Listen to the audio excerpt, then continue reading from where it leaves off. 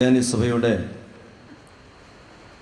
ചെങ്ങന്നൂർ മാവേലിക്കര ഭദ്രാസന അധിപൻ അഭിനന്ദനായ doctor Zacharias Mar Theophilos suffragan മെത്രാപ്പൊലീത്ത, സാമൂഹിക പ്രവർത്തകയും മനുഷ്യസ്നേഹിയുമായ സിസ്റ്റർ ദയാബായി, വേദിയിലിരിക്കുന്നതായ ഭദ്രാസനത്തിൻ്റെ ഭാരവാഹികളായ വൈദിക ശ്രേഷ്ഠരെ, വേദിയിലും സദസ്സിലും ഇരിക്കുന്ന ബഹുമാനപ്പെട്ട വൈദിക ശ്രേഷ്ഠരെ, സഭാ കൗൺസിൽ അംഗങ്ങളെ, ഭദ്രാസന കൗൺസിൽ അംഗങ്ങളെ, സുവിശേഷകരെ, സ്നേഹം നിറഞ്ഞ മാതാപിതാക്കളെ, സഹോദരി സഹോദരങ്ങളെ, സുഹൃത്തുക്കളെ, ആദ്യമായിട്ട് ചെങ്ങന്നൂർ മാവേലിക്കര ഭദ്രാസന കൺവെൻഷനിലേക്ക് കടന്നു വരുവാനായിട്ട് ദൈവം ഇടയാക്കിയതിനെ ഓർത്ത് ദൈവത്തെ സ്തുതിക്കുന്നു. അഭിനന്ദനായ സക്രിയാസ് തിരുമേനിയുടെ മുമ്പിൽ ഒരു കൊച്ചുമകനാകുവാനായിട്ടുള്ള പ്രായമേ എനിക്കുള്ളൂ. മാരാമൺ കൺവെൻഷനിൽ ഞാൻ കഴിഞ്ഞ വർഷം പ്രസംഗിക്കുമ്പോൾ ഇതിനെ ക്രിസോസ്റ്റം തിരുമേനിയുടെ മുമ്പിൽ നിന്ന് പ്രസംഗിച്ചപ്പോഴും ഇത് തന്നെ ഞാൻ പറയുകയുണ്ടായി. എന്നാൽ ദൈവം എന്നെ എടുത്ത് ഉപയോഗിക്കട്ടെ എന്ന് പ്രാർത്ഥിക്കുന്നു. കാരണം സക്രിയാസ് തിരുമേനിയുടെ മുമ്പിലൊക്കെ ഞാൻ പ്രസംഗിക്കുമ്പോൾ വളരെ ആഴമുള്ള അറിവുള്ള അഭിമന്യ തിരുമേനി കേട്ടിരിക്കുന്നത് കാണുമ്പോൾ ഏറെ സന്തോഷം. കാരണം എൻ്റെ പിതാവാകുവാനായിട്ട് ഏറെ പ്രായമുള്ള തിരുമേനസിൻ്റെ മുമ്പാകെ നിന്ന് പ്രസംഗിക്കുവാനായിട്ടുള്ള ഭാഗ്യം സിദ്ധിച്ചതിനെ ഓർത്ത് ദൈവത്തെ മഹത്വപ്പെടുത്തുകയും ചെയ്യുന്നു. ഞാൻ പോരുന്നതിന് മുമ്പായിട്ട് ഇൻ്റർനെറ്റ് പരിശോധിച്ചപ്പോൾ കൊച്ചിയിൽ നടക്കുന്ന ഒരു കാര്യത്തെക്കുറിച്ച് മനസ്സിലാക്കുകയുണ്ടായി. ഏതാണ്ട് 1000 ചില്ലുവാനും പേര് മയക്കുമരുന്ന് കുത്തിവെക്കുന്ന റിപ്പോർട്ടാണ് ഇന്ന് കൊച്ചി നഗരത്തിൽ നിന്ന് ലഭിച്ചിരിക്കുന്നത്. കഴിഞ്ഞ വർഷം തന്നെ ഈ മയക്കുമരുന്ന് കുത്തിവെച്ചത് മുഖാന്തരമായിട്ട് ഏതാണ്ട് 62 പേർക്ക് എയ്ഡ്സ് ബാധിക്കുകയും 32 പേര് മരണത്തിന് കീഴ്പ്പെടുകയും ചെയ്തു. കാരണം ഒരു സിറിഞ്ച് ഉപയോഗിച്ച് തന്നെ ഒരാൾ തന്നെയല്ല കുത്തിവെക്കുന്നത്. പലരും കുത്തിവെക്കുമ്പോൾ ഒരാൾക്ക് HIV ഉണ്ടെങ്കിൽ മറ്റൊരാളിലേക്ക് പകർന്നു പോകുന്ന അനുഭവമാണ് ഇന്ന് നടന്നുകൊണ്ടിരിക്കുന്നത്. ഈ 1000 പേരുടേത് ഒഫീഷ്യലായിട്ട് റിപ്പോർട്ട് ചെയ്തിട്ടില്ല. അതുകൊണ്ട് സമൂഹം എങ്ങോട്ടാണ് പോകുന്നതെന്ന് ചിന്തിക്കുകയും അതിലേറെ മുൻപന്തിയിൽ നിൽക്കുന്നത് ക്രൈസ്തവരാണ് എന്ന് മനസ്സിലാക്കുകയും ചെയ്യുമ്പോൾ ഈ ലോകത്ത്, ഈ ദേശത്ത് നമുക്കുള്ള സാക്ഷ്യം എന്താണെന്ന് ചിന്തിക്കുവാനായിട്ട് ഇതുപോലുള്ള കൺവെൻഷൻ മുഖാന്തരമായി തീരണം. ഒരു കാലഘട്ടത്തിൽ മദ്യമായിരുന്നുവെങ്കിൽ മദ്യനിരോധനം വന്നതോടുകൂടെ കഞ്ചാവിനും മയക്കുമരുന്നിനും അടിമകളായിത്തീരുന്ന ഒരു സമൂഹത്തെയാണ് ഇന്ന് നമ്മൾ വാർത്തെടുത്തുകൊണ്ടിരിക്കുന്നത്.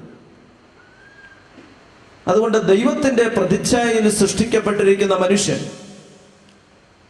ഇന്ന് ഞാനും നിങ്ങളും, അതാര് തന്നെ ആകട്ടെ, എത്ര കറുത്തവനാകട്ടെ, എത്ര വിരൂപനാകട്ടെ, അവനെയൊക്കെ ദൈവത്തിൻ്റെ പ്രതിച്ഛായയിലാണ് സൃഷ്ടിച്ചിരിക്കുന്നത് എന്നുള്ളതായ ബോധ്യം നമുക്കുണ്ടെങ്കിൽ ദൈവത്തിൻ്റെ മന്ദിരമാകുന്ന നമ്മുടെ ശരീരത്തെ നശിപ്പിക്കുവാനോ അതിനെ വിരൂപപ്പെടുത്തുവാനായിട്ടോ നമുക്ക് അവകാശമില്ല എന്നുള്ള ചിന്ത നമ്മെ നയിക്കണം. ഈ കൺവെൻഷനുകൾ പുതിയ തലമുറയെ രൂപാന്തരപ്പെടുത്തുന്നതും ദൈവത്തിങ്കലേക്ക് സമൂഹത്തെ അടുപ്പിച്ചു കൊണ്ടുവരുന്നതും ആക്കി തീർക്കുന്നില്ല എങ്കിൽ ഈ കൺവെൻഷൻ യാതൊരു വിധമായ പ്രയോജനവും നമ്മുടെ ജീവിതത്തിൽ കൊണ്ടുവന്നെത്തിക്കുന്നില്ല.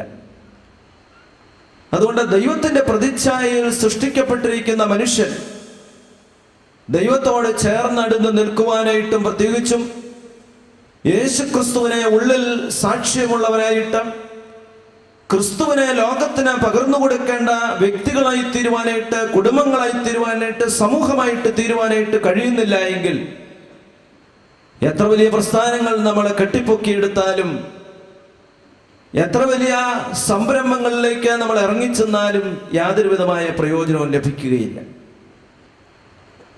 അതുകൊണ്ട് നമ്മുടെ ജീവിതത്തെ രൂപാന്തരപ്പെടുത്തുന്ന ജീവിതത്തെ മാറ്റിമറിക്കുന്നതായ, ജീവിതത്തിൽ പൂർണ്ണമായിട്ട് വ്യതിയാനം സംഭവിക്കുന്നതായ ദിവസങ്ങളായി തീരണം. പ്രത്യേകിച്ചും ഇന്ന് ഈ കൺവെൻഷന്റെ സമാപനത്തിലേക്ക് കടന്നു വരുമ്പോൾ കടന്നു വന്ന വ്യക്തികളെ പോലെ ആകരുത്. തിരികെ പോകുമ്പോൾ രൂപാന്തരപ്പെട്ട, പുതുക്കപ്പെട്ട മനുഷ്യരായി തീരുവാനായിട്ട്, വ്യക്തികളായി തീരുവാനായിട്ട്, കുടുംബങ്ങളായി തീരുവാനായിട്ട് കഴിയുമ്പോഴാണ് ഈ കൺവെൻഷൻ യഥാർത്ഥത്തിൽ അർത്ഥപൂർണമായി തീരുന്നത്. അതുകൊണ്ട് നമുക്ക് ഓരോ ഭാഗങ്ങളും എടുത്ത് ചിന്തിക്കുമ്പോൾ റോമാലേഖനം 1-ാം അധ്യായം 3-ാം വാക്യം എടുത്തു നോക്കിയാലും, 1 കൊരിന്ത്യർ 1-ാം അധ്യായം 2-ാം വാക്യം എടുത്തു നോക്കിയാലും, 2 കൊരിന്ത്യർ 1-ന്റെ 1 എടുത്ത് നോക്കിയാലും, എഫേസ്യ ലേഖനം 1-ന്റെ 1 എടുത്ത് നോക്കിയാലും പരിശുദ്ധനായ പൗലോസ് അപ്പോസ്തലൻ വളരെ വ്യക്തമായിട്ട് ക്രിസ്ത്യാനികളെ മുഴുവനായിട്ടും വിശുദ്ധന്മാരെന്ന് വിളിച്ചിരിക്കുന്നത് നമുക്ക് കാണുവാനായിട്ട് കഴിയും. ഈ ഭാഗങ്ങളൊക്കെ നിങ്ങൾ ശ്രദ്ധയോടുകൂടെ വായിച്ചു നോക്കണം. റോമാലേഖനം 1-ാം അധ്യായം 3-ാം വാക്യം പറയുന്നു, പൗലോസ് റോമായിൽ ദൈവത്തിന് പ്രിയരും വിളിക്കപ്പെട്ട വിശുദ്ധന്മാരുമായ എല്ലാവർക്കും എഴുതുന്നു. ഒരാളെ പോലും മാറ്റി നിർത്തുന്നില്ല. റോമാക്കാരുടെ അടുക്കൽ ചെല്ലുമ്പോൾ, റോമയിലേക്ക് ചെല്ലുമ്പോൾ ക്രിസ്ത്യാനികളായ മുഴുവൻ ആൾക്കാർക്കും എഴുതുകയാണ് ലേഖനം. അവരോട് പറയുന്നു, വിളിക്കപ്പെട്ട വിശുദ്ധന്മാരായ എല്ലാവർക്കും എഴുതുന്നത്. വീണ്ടും കൊരിന്ത്യ ലേഖനത്തിലേക്ക് പോകുമ്പോൾ ക്രിസ്തു യേശുവിൽ വിശുദ്ധീകരിക്കപ്പെട്ടവരും അവിടെയും ഇവിടെയും എവിടെയും നമ്മുടെ കർത്താവ് യേശുക്രിസ്തുവിന്റെ നാമത്തെ വിളിച്ചപേക്ഷിക്കുന്ന ഏവരോടും കൂടെ വിളിക്കപ്പെട്ട വിശുദ്ധന്മാരുമായവർക്ക് തന്നെ എഴുതുന്നത്. എല്ലാവരെയും വിശുദ്ധന്മാരെന്ന് പൗലോസ് വിളിക്കുന്നു കൊരിന്ത്യയിലുള്ളവരെ. 2-ാം കൊരിന്ത്യ ലേഖനം 2-ാം ലേഖനത്തിലും ഇത് തന്നെയാണ് പറയുന്നത്. എല്ലായിടത്തുമുള്ള സകല വിശുദ്ധന്മാർക്കും എഴുതുന്നത് ഇത്. എഫേസ്യക്കാർക്ക് എഴുതുമ്പോഴും ഇങ്ങനെ തന്നെ പറയുന്നു, ദൈവേഷ്ടത്താൽ ക്രിസ്തു യേശുവിന്റെ അപ്പോസ്തലനായ പൗലോസ് എഫേസസിലുള്ള വിശുദ്ധന്മാരും ക്രിസ്തു യേശുവിൽ വിശ്വാസികളുമായവർക്ക് എഴുതുന്നത്. പ്രിയമുള്ളവരെ, പൗലോസ് അപ്പോസ്തലൻ റോമയിലും കൊരിന്തിലും എഫേസസിലുമുള്ളതായ ക്രിസ്ത്യാനികളെ മുഴുവനായിട്ടും വിശുദ്ധന്മാരെന്ന് വിളിച്ചിരിക്കുന്നുവെങ്കിൽ, ഇന്ന് രാത്രികാലം എൻ്റെ മുന്നിലിരിക്കുന്ന ഓരോ ക്രിസ്ത്യാനിയും ദൈവത്തിന്റെ വിശുദ്ധനായി തീരുവാനായിട്ട് കഴിയുന്നുവെങ്കിൽ, ദൈവത്തിന്റെ വിശുദ്ധിയായി തീരുവാനായിട്ട് കഴിയുന്നുവെങ്കിൽ, അതാണ് യഥാർത്ഥമായ ക്രിസ്തീയ ജീവിതം എന്ന് നമുക്ക് പറയുവാനായിട്ട് കഴിയും. ആ ക്രിസ്തീയ ജീവിതത്തിനുടമയായി തീരുമ്പോഴാണ് നമ്മുടെ ജീവിതം മറ്റുള്ളവർക്ക് മാതൃകയായി തീരേണ്ടത്. നമ്മൾ ഒരുപാട് കോളേജുകൾ കെട്ടിപ്പൊക്കിയത് കൊണ്ടോ, ഒരുപാട് പ്രസ്ഥാനങ്ങളിലേക്ക് നമ്മൾ ഇറങ്ങിച്ചെന്നത് കൊണ്ടോ നമ്മുടെ ജീവിതത്തിൽ നമുക്ക് സാക്ഷ്യമില്ല എങ്കിൽ, ദൈവത്തിന്റെ വിശുദ്ധനായും വിശുദ്ധിയായും തീരുന്നില്ല എങ്കിൽ, ഈ പ്രസ്ഥാനങ്ങൾ വാസ്തവത്തിൽ നാളെ നിരർത്ഥകമായി തീരുമെന്നുള്ളതിന് സംശയമില്ല. നമ്മുടെ പുതിയ തലമുറയെ കുറിച്ച് ചിന്തിക്കുവാനും പുതിയ തലമുറ എങ്ങോട്ടാണ് നോക്കുന്നതെന്ന് മനസ്സിലാക്കുവാനായിട്ടും മാതാപിതാക്കൾക്ക് കഴിയുന്നില്ല എങ്കിൽ, ഞാൻ പറഞ്ഞല്ലോ, ഇന്റർനെറ്റ് പരിശോധിച്ച് നോക്കിയാൽ ദൈവത്തെ അറിയാത്ത സമൂഹമാണ് ഇന്ന് വളർന്നു വരുന്നത് നമുക്ക് കാണുവാനായിട്ട് കഴിയും. ഇന്ന് ഇന്റർനെറ്റ്, കമ്പ്യൂട്ടർ എടുത്ത് സ്വന്തം മുറിയിൽ വെച്ച് കാണുന്ന കുട്ടികളെ കുറിച്ച് ചിന്തിക്കുമ്പോൾ അവരുടെ ജീവിതം എങ്ങോട്ടാണ് പോകുന്നത്? മദ്യത്തിനും മയക്കുമരുന്നിനും അടിമകളായിട്ട് മുന്നോട്ട് പോകുമ്പോൾ വിശുദ്ധിയുടെ അനുഭവം നമ്മുടെ ജീവിതത്തിൽ നഷ്ടപ്പെട്ടു പോകുന്ന, വിദ്യാഭ്യാസം ഏറെയുണ്ട്, സമ്പത്ത് നമ്മുടെ കൈകളിലുണ്ട്, സ്വത്തുക്കൾ, ലൗകികമായ സ്വത്തുക്കൾ ഏറെ നമുക്ക് ലഭിച്ചിട്ടുണ്ട്. ഒരു കാലഘട്ടത്തിൽ പൂർവികന്മാർ ഇതൊന്നുമില്ലാതിരുന്ന സന്ദർഭത്തിൽ അവർ കഷ്ടപ്പെട്ട് ദേവാലയങ്ങൾ പണിത് ഇതുപോലെയുള്ള കൺവെൻഷനിൽ പോയി പ്രാർത്ഥിച്ചും ദൈവവചനം കേട്ടും നമ്മളെ മക്കളെ വളർത്തിയെങ്കിൽ, ഇന്ന് ദൈവവചനം കേൾക്കുവാനായിട്ട് പുതിയ തലമുറയ്ക്ക് എത്രമാത്രം സാധിക്കുന്നുണ്ട്, കേൾക്കുന്ന പുതിയ തലമുറ എത്രമാത്രം രൂപാന്തരപ്പെടുന്നുണ്ട് എന്ന് ചിന്തിക്കുവാനായിട്ടും, നമ്മുടെ കുഞ്ഞുങ്ങളുടെ മുഖത്തേക്കും മനസ്സിലേക്കും നമ്മുടെ കണ്ണുകളെ നമുക്ക് വെക്കുവാനായിട്ട് കഴിയുന്നില്ല എങ്കിൽ, അവരെ ദൈവത്തിങ്കലേക്ക് വളർത്തിക്കൊണ്ടുവരുവാനായിട്ട് കഴിയുന്നില്ല എങ്കിൽ, ഈ എഴുതിയിരിക്കുന്ന പുസ്തകത്തിൽ, വേദപുസ്തകത്തിൽ എഴുതിയിരിക്കുന്ന വിശുദ്ധന്മാരെന്നുള്ള വാക്ക് ക്രിസ്ത്യാനിക്ക് ഉചിതമല്ല എന്ന് പറയേണ്ടി വരുന്ന കാലഘട്ടം അതിക്രമിച്ചു കഴിഞ്ഞു. വിശുദ്ധന്മാരെന്ന ഗ്രീക്ക് പദത്തിന്റെ അർത്ഥം, ആ ഗ്രീക്ക് പദം ഹാഗിയോസ് എന്നാണ് ഉപയോഗിച്ചിരിക്കുന്നത്. അതിന്റെ അർത്ഥം വേർതിരിക്കപ്പെട്ടവർ എന്നാണ്, വേർതിരിക്കപ്പെട്ടത്. അതുകൊണ്ട് ഓരോ ക്രിസ്ത്യാനിയും ദൈവതിരുനാമ മഹത്വത്തിന് വേണ്ടി വേർതിരിക്കപ്പെട്ടവരായിരിക്കണം. ഒന്നാമത്തെ ചിന്ത അതാണ് ഇവിടെ ഇരിക്കുന്ന ഓരോ ക്രിസ്ത്യാനിയും. അതുകൊണ്ടാണ് പൗലോസ് അപ്പോസ്തലൻ മറ്റ് പല ഭാഗങ്ങളിൽ നിന്നും കടന്നു വന്നിരിക്കുന്ന ക്രിസ്ത്യാനികളെ നോക്കിക്കൊണ്ട് വിശുദ്ധന്മാരെന്ന് വിളിക്കുമ്പോൾ യഥാർത്ഥത്തിൽ അവർ വേർതിരിക്കപ്പെട്ടവരെന്നുള്ള ചിന്തയോടുകൂടെ തന്നെയാണ് വിളിക്കുന്നത്. ഹാഗിയോസ് എന്ന ഗ്രീക്ക് പദത്തിന്റെ അർത്ഥം അതാണ്. എന്തിനു വേണ്ടിയാണ് വേർതിരിക്കപ്പെട്ടതെന്ന് ചിന്തിക്കണം. ദൈവതിരുനാമ മഹത്വത്തിന് വേണ്ടി വേർതിരിക്കപ്പെടുവാനായിട്ട് നമുക്ക് കഴിയണം. ഇന്ന് വേർതിരിക്കപ്പെടുന്നത് എന്തിനു വേണ്ടിയാണ്? സ്വത്ത് സമ്പാദിക്കുന്നതിന് വേണ്ടി, മറ്റ് ലൗകികമായ സുഖങ്ങളുടെ പുറകെ ഓടുന്നതിന് വേണ്ടി. എത്രമാത്രം കഴിഞ്ഞ ദിവസവും ഞാൻ നെറ്റ് പരിശോധിച്ച് നോക്കിയപ്പോൾ 4 കോടി രൂപയുടെ ആഭരണം കഴുത്തിലിട്ട് വിവാഹത്തിന് പോകുന്ന പെൺകുട്ടിയെ കാണുവാനായിട്ട് കഴിഞ്ഞു. എവിടേക്കാണ് ഈ സമൂഹം പോകുന്നതെന്ന് ചിന്തിച്ച് നോക്കുക. ആർഭാടത്തിന്റെയും അഴിമതിയുടെയും മദ്യത്തിന്റെയും മയക്കുമരുന്നിന്റെയും പിന്നാലെ ഓടുന്ന പുതിയ തലമുറയെ നമുക്ക് മാറ്റിയെടുക്കുവാനായിട്ട് കഴിയുന്നില്ല എങ്കിൽ വേർതിരിക്കപ്പെട്ട വ്യക്തികളായിട്ട് നമുക്ക് ജീവിക്കുവാനായിട്ട് കഴിയില്ല. അതുകൊണ്ട് ഒന്നാമതായിട്ട് ഇന്നിവിടെ തീരുമാനമെടുക്കുവാനായിട്ട് കഴിയണം. എൻ്റെ മുന്നിലിരിക്കുന്ന നിങ്ങൾക്ക് ഓരോരുത്തർക്കും എന്നിലേക്ക് നോക്കുവാനായിട്ടല്ല, തിരുവചനം ദൈവത്തിന്റെ ജീവനുള്ളതായ വചനം നിങ്ങളെ ഓരോരുത്തരെയും ദൈവത്തിരുനാമ മഹത്വത്തിനായിട്ട് വേർതിരിച്ചിരിക്കുന്നുവെന്ന് ഇന്നത്തെ ഈ കൺവെൻഷൻ കഴിയുമ്പോൾ എൻ്റെ മനസ്സുകൊണ്ടും ചിന്ത കൊണ്ടും എൻ്റെ ഹൃദയം കൊണ്ടും പറയുവാനായിട്ട് കഴിയണം. യോബിനെ കുറിച്ച് നിങ്ങൾക്ക് എല്ലാവർക്കും അറിയാം. ദൈവഭക്തൻ, ദോഷം വിട്ടവൻ, നേരുള്ളവൻ, ഇവിടെ ദൈവത്തിന്റെ തിരുമുമ്പിൽ നല്ല മനുഷ്യനായിട്ട് ജീവിച്ച മനുഷ്യൻ. അവനെ സംബന്ധിച്ചിടത്തോളം ഒരു കുറവുകളും കാണുവാനായിട്ടില്ല. അവന് സകലവിധ സമ്പത്തുകളുണ്ട്, മഹാസമ്പന്നനായിരുന്നു എന്നാണ് വേദപുസ്തകം പറയുന്നത്. അവന് ആടുമാടുകളുണ്ട്, വേലക്കാരുണ്ട്, അവന് പുത്രിപുത്രന്മാരുണ്ട്. ദൈവം കനിഞ്ഞനുഗ്രഹിച്ചെല്ലാം കൊടുത്തിരിക്കുന്നു. എന്നാൽ ഓരോ ദിവസവും കഴിയും തോറും അവന് കഷ്ടനഷ്ടങ്ങൾ കടന്നു വരികയാണ്. അവന്റെ വേലക്കാര് നഷ്ടപ്പെടുന്നു, അവന്റെ ആടുമാടുകൾ നഷ്ടപ്പെടുന്നു, അവന്റെ പുത്രിപുത്രന്മാർ അവന് നഷ്ടപ്പെട്ടു പോകുന്നു. ആ സമയത്ത് ഏറ്റവും പിന്തുണയായിട്ട് നിൽക്കേണ്ട അവന്റെ ഭവനം നഷ്ടപ്പെട്ടു പോകുന്നു. അവൻ ഏറ്റവും പിന്തുണയായിട്ട് നിൽക്കേണ്ടതായ അവന്റെ ഭാര്യ പറഞ്ഞു, ഇനിയെങ്കിലും നീ ദൈവത്തെ ത്യജിച്ചു പറഞ്ഞ് മരിച്ചു കളക. നമ്മൾ അനുഭവിക്കുന്ന ഏറ്റവും വലിയ വേദന ഇതാണ്. ദൈവത്തെ അറിയാതെയുള്ള ചിന്ത. സകല സമ്പത്തുകൾ നഷ്ടപ്പെടുമ്പോൾ, ജീവിതത്തിലെ പലതും നഷ്ടപ്പെടുമ്പോൾ, നമുക്ക് കൂട്ടുകാരില്ല, നമ്മുടെ കൂടെപ്പറപ്പുകളില്ല, ആരുമില്ല. അതുകൊണ്ട് ജീവിതത്തിൽ സകലതും, ലൗകികമായ സകലതും നഷ്ടപ്പെടുമ്പോൾ നമ്മളെ നോക്കി പറയുന്ന വ്യക്തികൾ കാണും, നീ ദൈവത്തെ ത്യജിച്ച് പറഞ്ഞ് മരിച്ചു കളയും. പക്ഷേ യോബ് പറഞ്ഞതാണ് ഇവിടെ ചിന്തിക്കേണ്ടിയിരിക്കുന്നത്. യഹോവ തന്നു, യഹോവ എടുത്തു, യഹോവയുടെ നാമം വാഴ്ത്തപ്പെടുമാറാകട്ടെ. ദൈവത്തിന്റെ നാമ മഹത്വത്തിനായിട്ട് വേർതിരിക്കപ്പെട്ട് കഴിഞ്ഞപ്പോൾ അവന്റെ ജീവിതത്തിൽ കടന്നു വന്ന നഷ്ടങ്ങൾ, ആടുമാടുകൾ നഷ്ടപ്പെട്ടു, വേലക്കാര് നഷ്ടപ്പെട്ടു, പുത്രിപുത്രന്മാര് നഷ്ടപ്പെട്ടു, അവന് സകലതും നഷ്ടപ്പെട്ട് സ്വന്തം ഭാര്യ പോലും അവനെ കുറ്റപ്പെടുത്തുന്ന സമയത്ത് പോലും ദൈവത്തെ മഹത്വപ്പെടുത്തിയ ഇയ്യോബിനെ നമുക്ക് ദർശിക്കുവാനായിട്ട് കഴിയണം. അവിടെയാണ് നമ്മുടെ ചിന്ത പോകേണ്ടത്. അവിടെയാണ് ചിന്ത പോകേണ്ടത്. ദൈവത്തിന്റെ ഇയ്യോബിന്റെ സ്നേഹിതന്മാരായ കുറെ ആൾക്കാര് ദൈവത്തിന് ഹിതകരമല്ലാത്ത പ്രവൃത്തികളിൽ നിവർത്തിച്ചു കഴിഞ്ഞപ്പോൾ യഹോവയായ ദൈവത്തിന് അവർ നേരെ കോപമുണ്ടായി. യഹോവയായ ദൈവം അവരെ വിളിച്ചിട്ട് പറഞ്ഞു, നിങ്ങൾ എന്നോട് പ്രാർത്ഥിച്ചാൽ മതി എന്നല്ല പറഞ്ഞത്, എന്റെ മുമ്പാകെ അനുഭവിച്ചാൽ മതി എന്നല്ല പറഞ്ഞത്. എന്റെ ദാസനായ ഇയ്യോബ് നിങ്ങൾക്ക് വേണ്ടി പ്രാർത്ഥിക്കും, നിങ്ങളുടെ മൂഢതയ്ക്ക് തക്കവണ്ണം ഞാൻ നിങ്ങളോട് ചെയ്യാതിരിക്കും.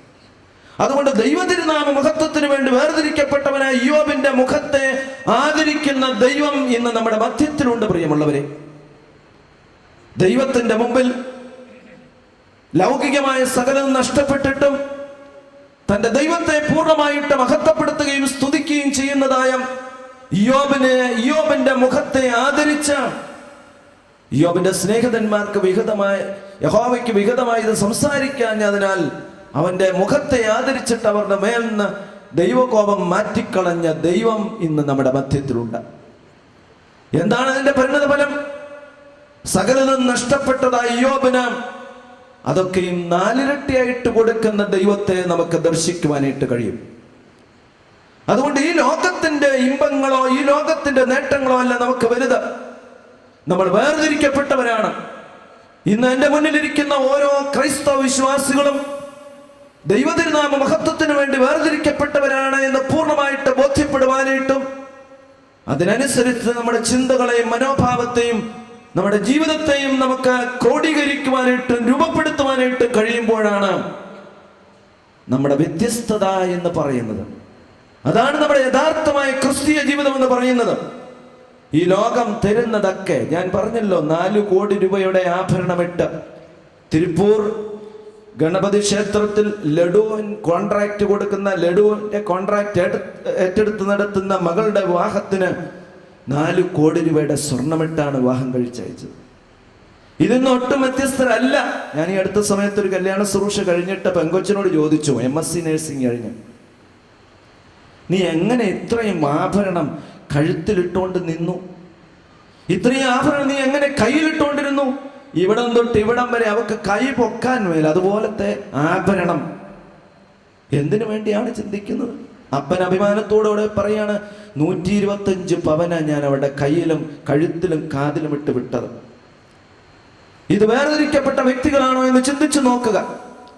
അനേകം പേര് ഭക്ഷണമില്ലാതെ, അനേകം പേര് വസ്ത്രമില്ലാതെ, അനേകം പേര് പാർപ്പിടമില്ലാതെ ജീവിക്കുമ്പോൾ നമ്മുടെ മുമ്പിൽ വേർതിരിക്കപ്പെട്ട വ്യക്തികളായിട്ട് നമുക്കിവരെ കാണുവാനായിട്ട് കഴിയുമോ എന്ന് ചിന്തിച്ചു നോക്കുക. പൗലോസും ശീലാസും ജീവിതത്തിൽ വേർതിരിക്കപ്പെട്ടവരായിരുന്നു. ശൗലായിരുന്ന സമയത്ത്, ക്രൈസ്തവ സമയം ഏറ്റവും മുടിച്ചു ഭരിച്ചവനായ ശൗൽ, അവന്റെ ജീവിതത്തിൽ മനസ്സാന്തരം ഉണ്ടായിക്കഴിഞ്ഞപ്പോൾ അവൻ ദൈവത്തിന് വേണ്ടി കാരാഗ്രഹവാസം ഏറ്റെടുക്കുവാനായിട്ട് തയ്യാറായി. ഒരിക്കൽ കാരാഗ്രഹത്തിൽ ചെങ്ങലകളാൽ ബന്ധിക്കപ്പെട്ട് ഇരുമ്പ് വാതിലുകളാൽ അടയ്ക്കപ്പെട്ട് കിടക്കുമ്പോൾ പൗലോസ് പറഞ്ഞു, പൗലോസും ശീലാസും കൂടെ ദൈവത്തെ പാടി പുകഴ്ത്തി സ്തുതിച്ചുകൊണ്ട് പറഞ്ഞു, കർത്താവിൽ എപ്പോഴും സന്തോഷിപ്പിൻ, സന്തോഷിപ്പിൻ. മരണത്തിനെ മുഖാമുഖം കണ്ടുകൊണ്ടിരിക്കുന്ന പൗലോസും ശീലാസും തന്റെ ജീവിതത്തിൽ ഒരിക്കൽ പോലും നിരാശപ്പെട്ടില്ല. തനേറെ വലിയ സ്ഥാനത്തിരുന്ന വ്യക്തിയായിരുന്നു. എന്നാൽ ക്രിസ്തുവിനെ തന്റെ ജീവിതത്തിലേക്ക് സ്വായത്തമാക്കുവാനായിട്ട് കഴിഞ്ഞപ്പോൾ, അവൻ പൂർണ്ണമായിട്ടും ദൈവത്തെ ഉൾക്കൊണ്ട് കഴിഞ്ഞപ്പോൾ അവന്റെ ജീവിതത്തിൽ മരണത്തെ ഭയമില്ലാത്തവനായി തീർന്നു. അതാണ് വേർതിരിക്കപ്പെട്ട വ്യക്തിയുടെ സവിശേഷത. എനിക്ക് ജീവിക്കുന്നത് ക്രിസ്തുവാണെങ്കിൽ മരിക്കുന്നത് ലാഭമെന്ന് എണ്ണിയവനാണ് പരിശുദ്ധനായ പൗലോസ് അപ്പോസ്തലൻ. അതുകൊണ്ട് ആ മരണത്തിന്റെ മുന്നിൽ കാലുകളിലും കൈകളിലും ചങ്ങലകളാൽ ബന്ധിക്കപ്പെട്ടിരിക്കുമ്പോഴും അവന്റെ ഇരുമ്പ് വാതിലുകൾ അടയ്ക്കപ്പെട്ടപ്പോഴും അവർ പ്രാർത്ഥിച്ചു, പാടി സ്തുതിച്ചു ദൈവത്തെ. ചങ്ങലകൾ അഴിഞ്ഞുപോയി, ഇരുമ്പ് വാതിലുകൾ തുറക്കപ്പെട്ടു. പക്ഷേ പുറത്തിറങ്ങുവാനായിട്ട് അവർ തയ്യാറായില്ല. മരണത്തെ പുൽകുവാനായിട്ട് ആഗ്രഹിച്ചു. കാരണം അവൻ ദൈവത്തിരുന്ന മഹത്വത്തിനായിട്ട് വേർതിരിക്കപ്പെട്ടവനായിരുന്നു പൗലോസ് അപ്പോസ്തലൻ. അതുകൊണ്ട് ജീവിതത്തിൽ പ്രതിസന്ധികൾ ഏറെ കടന്നു വരും. പ്രലോഭനങ്ങൾ നമ്മുടെ ജീവിതത്തിൽ കടന്നു വരും. രോഗങ്ങൾ നമ്മുടെ ജീവിതത്തിൽ കടന്നു വരും. സാമ്പത്തിക ബുദ്ധിമുട്ടുകൾ നമ്മുടെ ജീവിതത്തിൽ കടന്നു വരും. ഇന്ന് ഇവിടെ ഇരിക്കുന്ന ഈ പന്തലിന്റെ മധ്യത്തിലിരിക്കുന്ന ഓരോരുത്തരുടെയും ജീവിതത്തിൽ ഓരോ പ്രശ്നങ്ങളുണ്ട്. പക്ഷെ ആ പ്രശ്നങ്ങൾക്ക് വേണ്ടി ഒളിച്ചോടുവാനായിട്ടല്ല ദൈവം നമ്മളെ ഇവിടെ ആക്കി വെച്ചിരിക്കുന്നത്. ആ പ്രശ്നത്തിന്റെ മധ്യത്തിൽ ദൈവത്തെ തിരിച്ചറിയുവാനായിട്ടും വേർതിരിക്കപ്പെട്ടവനായിട്ട് ജീവിക്കുവാനുമായിട്ടാണ് നമ്മുടെ ക്രിസ്തീയ ദൗത്യം എന്ന് പറയുന്നത്. യേശു ക്രിസ്തുവിനെ ഉൾക്കൊണ്ട് ക്രിസ്തുവിന്റെ സാക്ഷ്യമുള്ളവരായിട്ട് ദൈവതിരുനാമത്തെ മഹത്വപ്പെടുത്തിക്കൊണ്ട് ജീവിക്കുമ്പോഴാണ് യഥാർത്ഥമായ ക്രിസ്തീയ ജീവിതത്തിന്റെ സൗന്ദര്യവും സന്തോഷവും ആഹ്ലാദവും നമുക്ക് അനുഭവിച്ച് അറിയുവാനായിട്ട് കഴിയുന്നത്. മദർ തെരേസയോട് ഒരിക്കൽ ഒരാൾ ചോദിച്ചു, എന്താണ് മദർ നിങ്ങളുടെ ജീവിതത്തിന്റെ ഉദ്ദേശം? മദർ തെരേസ പറഞ്ഞ മറുപടി വളരെ ശ്രദ്ധേയമാണ്. യേശു പറഞ്ഞു, മനുഷ്യർ നിങ്ങളുടെ നല്ല പ്രവൃത്തികളെ കണ്ട് സ്വർഗസ്ഥനായ നിങ്ങളുടെ പിതാവിനെ മഹത്വപ്പെടുത്തേണ്ടതിന് നിങ്ങളുടെ വെളിച്ചം അവരുടെ മുമ്പിൽ പ്രകാശിക്കട്ടെ. ലക്ഷ്യമതാണ്, അല്ലാതെ ലോകത്തിന്റെ ചിന്തകളല്ല. നിങ്ങളുടെ നല്ല പ്രവൃത്തികളെ കണ്ട് സ്വർഗസ്ഥനായ നിങ്ങളുടെ പിതാവിനെ മഹത്വപ്പെടുത്തുക എന്നുള്ളതാണ് എൻ്റെ ജീവിതത്തിന്റെ ലക്ഷ്യം. എൻ്റെ ജീവിതത്തിൽ നല്ല പ്രവൃത്തികൾ ഉണ്ടാകണം. ആ നല്ല പ്രവൃത്തികൾ കൊണ്ട് ദൈവതിരുനാമത്തെ മഹത്വപ്പെടുത്തുമ്പോൾ നിങ്ങളുടെ വെളിച്ചം അവരുടെ മുമ്പിൽ പ്രകാശിക്കട്ടെ. എനിക്ക് മറ്റ് താല്പര്യങ്ങൾ ഒന്നും തന്നെയില്ല. എല്ലാം ചെയ്യുന്നത് ദൈവനാമ മഹത്വത്തിന് വേണ്ടി മാത്രം. എൻ്റെ ജീവിതത്തിൽ 5 രൂപ കൊണ്ട് ആരംഭിച്ച മിഷണറീസ് ഓഫ് ചാരിറ്റി എന്ന പ്രസ്ഥാനം ഇന്ന് കോടാനുകോടി ജനങ്ങൾക്ക് പ്രയോജനമുള്ളതായി തീർന്നു. അന്ന് സഭയുടെ ഘടന, സഭയുടെ ചട്ടക്കൂട്ടിൽ നിന്ന് പ്രവർത്തിക്കേണ്ടിരുന്ന മദർ തെരേസ തെരുവിലേക്ക് ഇറങ്ങി നൊന്തപറ്റ പ്രസവിക്കുന്ന അമ്മമാര് വലിച്ചെറിയുന്ന കുഞ്ഞുങ്ങളെ കയ്യിലെടുത്ത് ആശ്ലേഷിച്ചവരെ വളർത്തിക്കൊണ്ട് വന്നപ്പോൾ സഭയുടെ ഭരണാധികാരികൾ പറഞ്ഞു, ഇതല്ല നിങ്ങളുടെ ജോലി, ഇതല്ല നിങ്ങളുടെ ജോലി, ഉത്തരവാദിത്വം വേറെയാണ്. മദർ ഒന്നും കൊണ്ടും പിന്തിരിഞ്ഞു പോയില്ല. കാരണം എൻ്റെ ഉദ്ദേശം നല്ല പ്രവൃത്തികളെ കൊണ്ട് ദൈവതിരുനാമത്തെ മഹത്വപ്പെടുത്തുക.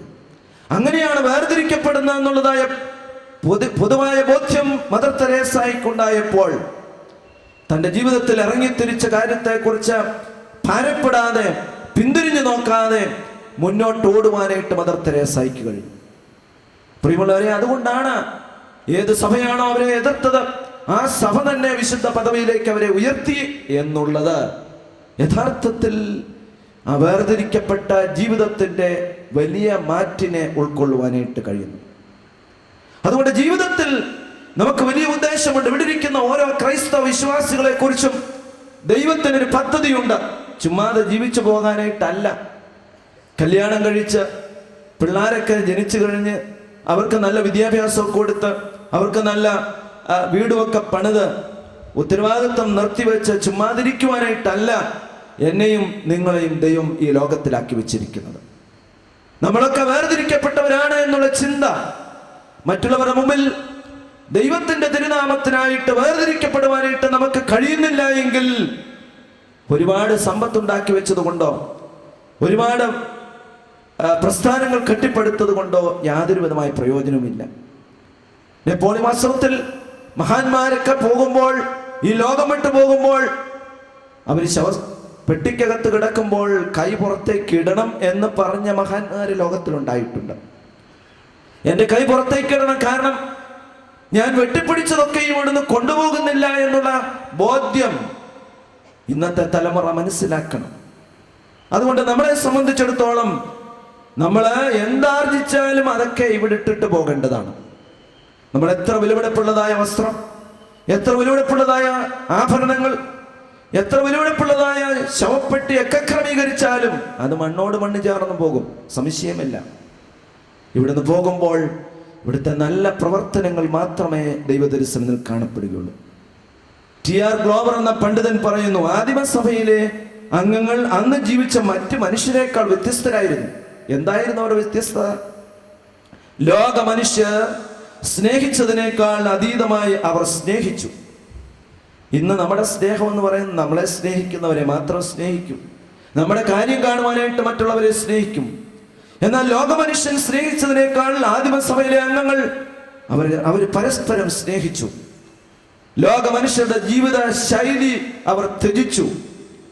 ലോക മനുഷ്യർ ചിന്തിച്ചതിന് അതീതമായിട്ട് അവർ ചിന്തിച്ചു. ഏറ്റവും ശ്രേഷ്ഠമായ കാര്യം, അതിനാൽ ലോക മനുഷ്യർ മരിച്ചതിലും അതിശ്രേഷ്ഠമായി അവർ മരിച്ചു. നമ്മുടെ ജീവിതത്തിൽ നമുക്കുണ്ടാകേണ്ട ഏറ്റവും വലിയ കാര്യം അതാണ്. നമ്മളെ സ്നേഹിക്കുമ്പോൾ എങ്ങനെയാണ് സ്നേഹിക്കുന്നത് ചിന്തിച്ചു നോക്കുക. നമ്മൾ ജീവിക്കുമ്പോൾ നമ്മുടെ ജീവിത ശൈലി എങ്ങനെയാണെന്ന് ചിന്തിച്ചു നോക്കുക. നമ്മൾ ചിന്തിക്കുമ്പോൾ നമ്മുടെ ചിന്തകൾ എങ്ങോട്ടാണ് എന്ന് ശ്രദ്ധിച്ച് മനസ്സിലാക്കുക. വിവാഹ ശുശ്രൂഷയ്ക്ക് മണവാളനെയും മണവാട്ടിയെയും കൈപിടിപ്പിച്ചുകൊണ്ട് കാർമികൻ പറയുന്നു, ഹൃദയവിചാരങ്ങൾ അറിയുന്നവന്റെ മുമ്പാകെയാണ് നിങ്ങൾ നിൽക്കുന്നത്, അറിയാത്തവന്റെ മുമ്പാകെയാണ്. ഇവിടെ ഇരിക്കുന്ന ഓരോരുത്തരുടെയും കണ്ണിൽ നമുക്ക് മണ്ണ് വാരിയിടുവാനായിട്ട് കഴിയും. പക്ഷേ ദൈവത്തിൻ്റെ തിരുസന്നിധിയിൽ ശ്രേഷ്ഠമായിട്ട് ജീവിക്കുന്നവർക്ക് മാത്രമേ ശ്രേഷ്ഠമായിട്ട് മരിക്കുവാനായിട്ട് കഴിയുകയുള്ളൂ. അതുകൊണ്ട് ആദിമസഭയിലെ അംഗങ്ങൾ അവരുടെ ജീവിതം സമ്പൂർണ്ണമായി വ്യത്യസ്തമായിരുന്നു. അതായിരുന്നു യഥാർത്ഥമായ ക്രിസ്തീയ ജീവിതം. അതുകൊണ്ട് നമ്മുടെ ജീവിതത്തിലേക്ക് നമുക്ക് തിരിഞ്ഞു നോക്കുവാനായിട്ട് കഴിയണം. ലുധിയാനയിലെ ബ്രൗൺ മെമ്മോറിയൽ മെഡിക്കൽ കോളേജിൻ്റെയും ഹോസ്പിറ്റലിൻ്റെയും ഡയറക്ടറായിട്ട് പ്രവർത്തിച്ചു കൊണ്ടിരുന്ന ഒരു നാരായണൻ നമ്പൂതിരിപ്പാടുണ്ട്. അദ്ദേഹം പഠിച്ചത് ഇംഗ്ലണ്ടിലാണ്. FRCS പഠിച്ചുകൊണ്ടിരിക്കുമ്പോൾ ആ പ്രസ്ഥാനത്തിൽ വലിയൊരു വിരുന്ന് സംഘടിപ്പിച്ചു. ആ വിരുന്നിൽ ധാരാളം ആൾക്കാരെ സംബന്ധിക്കുന്നു. നമുക്കറിയാം, യൂറോപ്യൻ രാജ്യമാണ്. അതുകൊണ്ട് മദ്യം അവിടെ എപ്പോഴും ഒഴിവാക്കപ്പെടാത്ത ഒരു കാര്യം. അദ്ദേഹം ആരെന്ന് ശ്രദ്ധിച്ചു. അദ്ദേഹം ഒരു ബ്രാഹ്മണനാണ്. അദ്ദേഹത്തിന് മദ്യം തൊടുവാനായിട്ട് താല്പര്യമില്ല. അവിടെ വന്നിരിക്കുന്ന സ്ത്രീകളും പുരുഷന്മാരും എല്ലാം മദ്യം ഉപയോഗിക്കുന്നുണ്ട്. എന്നാൽ ഒരു സ്ത്രീ, ഒരു നേഴ്സ് മാത്രം മദ്യം ഉപയോഗിച്ചില്ല. അവൾ അടുക്കെ ചെന്ന് ചോദിച്ചു, സിസ്റ്റർ എന്താണ് മദ്യം ഉപയോഗിക്കാത്തത്? ഞാനൊരു ക്രിസ്ത്യാനിയാകുന്നു എന്ന് വളരെ വ്യക്തമായിട്ട് അവൾ പറഞ്ഞു. ബാക്കിയുള്ള കാര്യം ഞാൻ പിന്നെ പറഞ്ഞുകൊള്ളാമെന്ന് പറഞ്ഞു. അദ്ദേഹം FRCS പഠനം നടത്തിക്കൊണ്ടിരിക്കുന്ന സന്ദർഭത്തിലാണ്. പരിപാടികളെല്ലാം കഴിഞ്ഞ് പിറ്റേ ദിവസം ഈ സിസ്റ്ററെ ഹോസ്പിറ്റലിൽ വെച്ച് കണ്ടു. ഡോക്ടർ FRCS പഠിച്ചുകൊണ്ടിരിക്കുന്ന ഡോക്ടർ കണ്ടു. അദ്ദേഹം ചോദിച്ചു, സിസ്റ്റർ ഇന്നലെ എന്തുകൊണ്ടാണ് മദ്യം ഉപയോഗിക്കാഞ്ഞത്? ഇവിടുത്തെ രീതിയും സംസ്കാരവും ഒക്കെ അനുസരിച്ച് എല്ലാവരും മദ്യം ഉപയോഗിക്കുന്നുണ്ടല്ലോ, എന്നാൽ സിസ്റ്റർ മാത്രം ഉപയോഗിക്കുന്നത് ഞാൻ കണ്ടില്ല. മറ്റുള്ളവരൊക്കെ, ക്രിസ്ത്യാനികളായ മറ്റുള്ളവരൊക്കെ മദ്യം എടുത്ത് ഉപയോഗിക്കുന്നത് കണ്ടല്ലോ. അവർ പറഞ്ഞു, ഞങ്ങളുടെ ജീവനുള്ളതായ തിരുവചനം ഞങ്ങളെ പഠിപ്പിക്കുന്നു, മദ്യപാനി സ്വർഗരാജ്യം അവകാശിക്കുകയില്ല. അതാണ് യഥാർത്ഥമായ ക്രിസ്തീയ സാക്ഷ്യം. ആ മനുഷ്യന്റെ ജീവിതത്തിൽ വലിയൊരു മാറ്റമാണ് ഉണ്ടാക്കിയത്. ഇംഗ്ലണ്ടിൽ ജനിച്ചു വളർന്ന, ഇംഗ്ലണ്ടിലെ സംസ്കാരത്തോട് ഇണങ്ങിച്ചേർന്ന് നിൽക്കുന്ന ആ നേഴ്സ് തന്റെ ജീവിതത്തിൽ തിരുവചനത്തിന് അടിസ്ഥാനമായിട്ട് വ്യത്യസ്തമായിട്ട് ജീവിച്ചപ്പോൾ ഈ നാരായണൻ നമ്പൂതിരിപ്പാട് എന്ന വ്യക്തി ക്രിസ്തുവിനെ അറിഞ്ഞ് രുചിച്ചറിഞ്ഞ് ക്രിസ്തുമതത്തിൽ ചേർന്നു എന്നാണ് വായിച്ചത്. മുൻ രാഷ്ട്രപതിയായ അബ്ദുൽ കലാം പറയുന്നു, ലോകത്ത് സമാധാനത്തിന്റെ വിത്തുകൾ ഉത്ഭവിക്കുന്നത് ഓരോ വ്യക്തിയുടെയും ഹൃദയത്തിൽ നിന്നുള്ള നന്മയിൽ നിന്നാണ്. അതുകൊണ്ട് നമ്മുടെ ജീവിതത്തിൽ നമുക്ക് നന്മ ചെയ്യുവാനായിട്ട് കഴിയണം. അങ്ങനെയുള്ളവരാണ് വേർതിരിക്കപ്പെടുന്നവര്. യഥാർത്ഥത്തിൽ നമ്മുടെ ജീവിതത്തിൽ നന്മയുണ്ടെങ്കിൽ മാത്രമേ നമ്മൾ വേർതിരിക്കപ്പെട്ടവരായി തീരുവാനായിട്ട് കഴിയുകയുള്ളൂ. സിസ്റ്ററുടെ ജീവിതത്തിൽ, നേഴ്സിന്റെ ജീവിതത്തിൽ ഒരു നന്മയുണ്ടായിരുന്നു. തൻ്റെ ജീവിതത്തിൽ ഒരു വ്യത്യസ്തതയുണ്ടായിരുന്നു. താൻ വേർതിരിക്കപ്പെട്ട എന്നുള്ളതായ ബോധ്യമുണ്ടായിരുന്നു. അതുകൊണ്ടാണ് യേശുവിനെ അറിയാത്തതായ ഒരു മനുഷ്യൻ അവരുടെ ജീവിതം കണ്ട് ക്രിസ്തുവിലേക്ക് അടുത്തു വന്നത്. ഒരു ഗവൺമെന്റ് ഉദ്യോഗസ്ഥൻ, കൈക്കൂലി വാങ്ങാതിരുന്ന ഒരു ഗവൺമെന്റ് ഉദ്യോഗസ്ഥൻ, അനേക നാളുകൾ അദ്ദേഹം ജോലി ചെയ്തുകൊണ്ടിരിക്കുന്നു. അദ്ദേഹത്തിന് കാറില്ല, ബൈക്കില്ല. അദ്ദേഹത്തിന്റെ ജീവിതം വളരെ ദുരിതപൂർണം. അദ്ദേഹത്തിന്റെ താഴെയുള്ള ഉദ്യോഗസ്ഥന്മാരെല്ലാം കാർ വെച്ച് നടക്കുന്നു. സാമ്പത്തിക ഭദ്രത, നല്ല ഭവനം എല്ലാം ഉണ്ട്. അതുകൊണ്ട് സഹപ്രവർത്തകർ പറഞ്ഞു, സാർ അല്പം അഴിമതിയൊക്കെ കാണിച്ചതുകൊണ്ട് ഈ ലോകമൊന്നും ഇടിഞ്ഞു പോകുകയില്ല. അതുകൊണ്ട് അല്പം കൈക്കൂലി മേടിച്ചതുകൊണ്ട്, നമ്മളൊരു നല്ല കാര്യം ചെയ്തു കൊടുക്കുമ്പോൾ അവർ സന്തോഷത്തോടെ തരുന്നത് വാങ്ങിച്ചത് കൊണ്ട് ഒരു കുഴപ്പവും ഉണ്ടാകുകയില്ല. സാറൊന്ന് വാങ്ങിച്ചു നോക്കിക്കേ. വാങ്ങിച്ചു നോക്കിയാൽ സാറ് വീണ്ടും വീണ്ടും വാങ്ങിക്കും. ഞങ്ങൾ കൂടെ അത് പ്രയോജനം. സാറ് പറഞ്ഞു, ഇല്ല, ഞാൻ വാങ്ങിച്ചിട്ടില്ല, ഇതുവരെയും വാങ്ങിയിട്ടില്ല. സഹപ്രവർത്തകരുടെ അമിതമായ സമ്മർദ്ദ മുഖാന്തരമായിട്ട് അദ്ദേഹം കൈക്കൂലി വാങ്ങുവാനായിട്ട് ഒരുങ്ങി.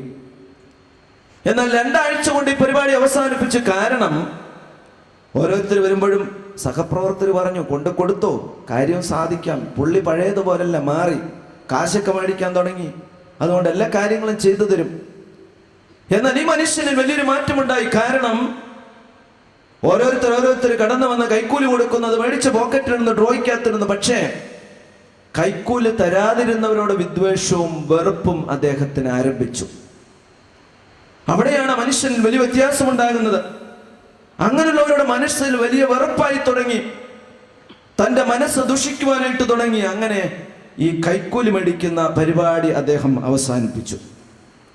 അതുകൊണ്ട് മനുഷ്യന്റെ മനസ്സ് നന്നായാൽ മനുഷ്യൻ നന്നാകും, ദുഷിച്ചാൽ ശരീരവും ജീവിതവും നശിച്ചു പോകും. അതുകൊണ്ട് ദൈവത്തിനായിട്ട് വേർതിരിക്കപ്പെട്ടവരെ, ദൈവതിരുനാമത്തിനായിട്ട് വേർതിരിക്കപ്പെട്ടവരുടെ ജീവിതത്തിൽ നന്മ പകരുവാനായിട്ട് കഴിയണം. നമ്മുടെ ജീവിതത്തിലെ സാക്ഷ്യം അത് വേർതിരിക്കപ്പെട്ടതാണെന്ന് മറ്റുള്ളവർക്ക് ബോധ്യപ്പെടുവാനായിട്ട് ഒരു ക്രിസ്ത്യാനിക്ക് മറ്റൊരു ക്രിസ്ത്യാനിയെ കാണിച്ചു കൊടുക്കുവാനായിട്ട് കഴിയണം. ഒരു ക്രിസ്ത്യാനിക്ക് ഒരു ഹൈന്ദവനെ കാണിച്ചു കൊടുക്കുവാനായിട്ട് കഴിയണം. ഒരു ക്രിസ്ത്യാനിക്ക് ഒരു മുസൽമാനെ കാണിച്ചു കൊടുക്കുവാനായിട്ട് കഴിയണം. എൻ്റെ ജീവിതത്തിന്റെ സാക്ഷ്യം, ഞാൻ വേർതിരിക്കപ്പെട്ടവനാണെന്നുള്ള പൂർണ്ണമായ ബോധ്യം കാണിച്ചു കൊടുക്കുവാനായിട്ട് കഴിയണം. ഒരു കാലഘട്ടത്തിൽ എത്രയോ സാമ്പത്തിക ബുദ്ധിമുട്ടുണ്ടായിരുന്ന സന്ദർഭങ്ങളിലൊക്കെ മക്കളെയൊക്കെ പഠിപ്പിച്ച് ദൈവത്തെ വിളിച്ച് കൈക്കൂലി മേടിക്കാതെ ഒരാൾക്കും ബുദ്ധിമുട്ടുണ്ടാകാതെ ജീവിച്ച അനേകം പേരെ നമുക്ക് ദർശിക്കുവാനായിട്ട് കഴിയും. അവരൊക്കെ ജീവിച്ചില്ലേ? ഈ ഇരിക്കുന്നവരൊക്കെ ഇന്ന് വിദ്യാഭ്യാസമുള്ളവരും നല്ല രീതിയിൽ വളർന്നു വന്നതിൻ്റെയൊക്കെ കാരണം അവരുടെ ദൈവത്തോടുള്ളതായ വലിയ വിധേയത്വവും ദൈവത്തിൻ്റെ മഹത്വത്തിനായിട്ട് വേർതിരിക്കപ്പെട്ട ജീവിതത്തിൽ സാക്ഷ്യമുള്ളവരായിട്ട് ജീവിച്ചത് കൊണ്ടുമാണ്. എഡ്മണ്ട് ഹിലാരി, അദ്ദേഹം എവറസ്റ്റ് കീഴടക്കിയവനായിരുന്നു. എവറസ്റ്റ് കീഴടക്കിയതിൻ്റെ 50-ാം വാർഷികം കൊണ്ടാടുന്ന സന്ദർഭത്തിൽ ഒരു പത്രപ്രവർത്തകൻ പറഞ്ഞു, എവറസ്റ്റിന്റെ നെറുകയിൽ എന്ത് ചെയ്തു എന്നതിനേക്കാൾ പ്രസക്തമാണ് അതിനുശേഷം അദ്ദേഹം എന്ത് ചെയ്തു എന്നുള്ളത്. ഹിമാലയത്തിന്റെ ഗിരിശിഖരങ്ങളിൽ ഇവർ കഷ്ടപ്പെട്ട പർവ്വതാരോഹകർ കയറി ചെല്ലുമ്പോൾ അവരേറെ സഹായിക്കുന്ന ഒരു സമൂഹമാണ് ഷെർപ്പ സമൂഹം. അവർക്ക് താങ്ങും തണലുമായിട്ട് നിൽക്കും, അവർക്ക് ആവശ്യമായ എല്ലാ സഹായങ്ങളും ചെയ്തു കൊടുക്കുന്ന ഒരു സമൂഹമാണ് ഷെർപ്പ സമൂഹം. എന്നാൽ ഈ ഷെർപ്പ സമൂഹത്തിന് ആവശ്യമായ ആശുപത്രികളോ വിദ്യാഭ്യാസ സ്ഥാപനങ്ങളോ ഉണ്ടായിരുന്നില്ല. അതുകൊണ്ട് ആ സമൂഹത്തിന്റെ വളർച്ചയ്ക്ക് വളരെ മുരടിപ്പ് നേരിട്ടുകൊണ്ടിരുന്നു. എഡ്മണ്ട് ഹിലാരി എവറസ്റ്റ് കീഴടക്കിയതിനു ശേഷം ആദ്യം വന്ന് ചെയ്തത് ഈ ഷെർപ്പ സമൂഹത്തിന് ആവശ്യമായ ആതുരാലയങ്ങളും വിദ്യാഭ്യാസ സ്ഥാപനങ്ങളും കെട്ടിപ്പടുക്കുക എന്നുള്ളതായിരുന്നു. അതുകൊണ്ട് അദ്ദേഹത്തെ കുറിച്ച് പറയുന്നത്, എവറസ്റ്റ് കീഴടക്കുന്നതിനേക്കാൾ മഹത്തരമാണ് അനേകം പേരെ ഔന്നത്യത്തിന്റെ എവറസ്റ്റ് കയറുവാൻ അദ്ദേഹത്തിന് കഴിഞ്ഞത്. അദ്ദേഹം അങ്ങനെയുള്ള ഒരു പ്രവർത്തനത്തിലേക്കാണ് അദ്ദേഹത്തെ കൊണ്ടുവന്നെത്തിച്ചത്. എവറസ്റ്റ് കീഴടക്കിയ മനുഷ്യൻ അനേകം പേരുടെ ബുദ്ധിമുട്ടുകളും പ്രയാസങ്ങളും കണ്ടു കഴിഞ്ഞപ്പോൾ തനിക്ക് വേണ്ടി ആത്മാർത്ഥമായിട്ട് കരുതുകയും തനിക്ക് വേണ്ടി ആത്മാർത്ഥമായിട്ട് സഹകരിക്കുകയും ചെയ്ത വ്യക്തികളുടെ ആവശ്യങ്ങളിലേക്ക് ഇറങ്ങിച്ചെന്ന് അവരെ ഔന്നത്യത്തിലേക്ക് കയറ്റിയപ്പോഴാണ് എവറസ്റ്റ് കീഴടക്കുന്നതിനേക്കാൾ വലിയ കാര്യം എഡ്മണ്ട് ഹിലാരി ചെയ്തത്. പ്രിയമുള്ളവരെ, നമ്മൾ ഇങ്ങനെയാണോ എന്ന് ചിന്തിച്ചു നോക്കുക.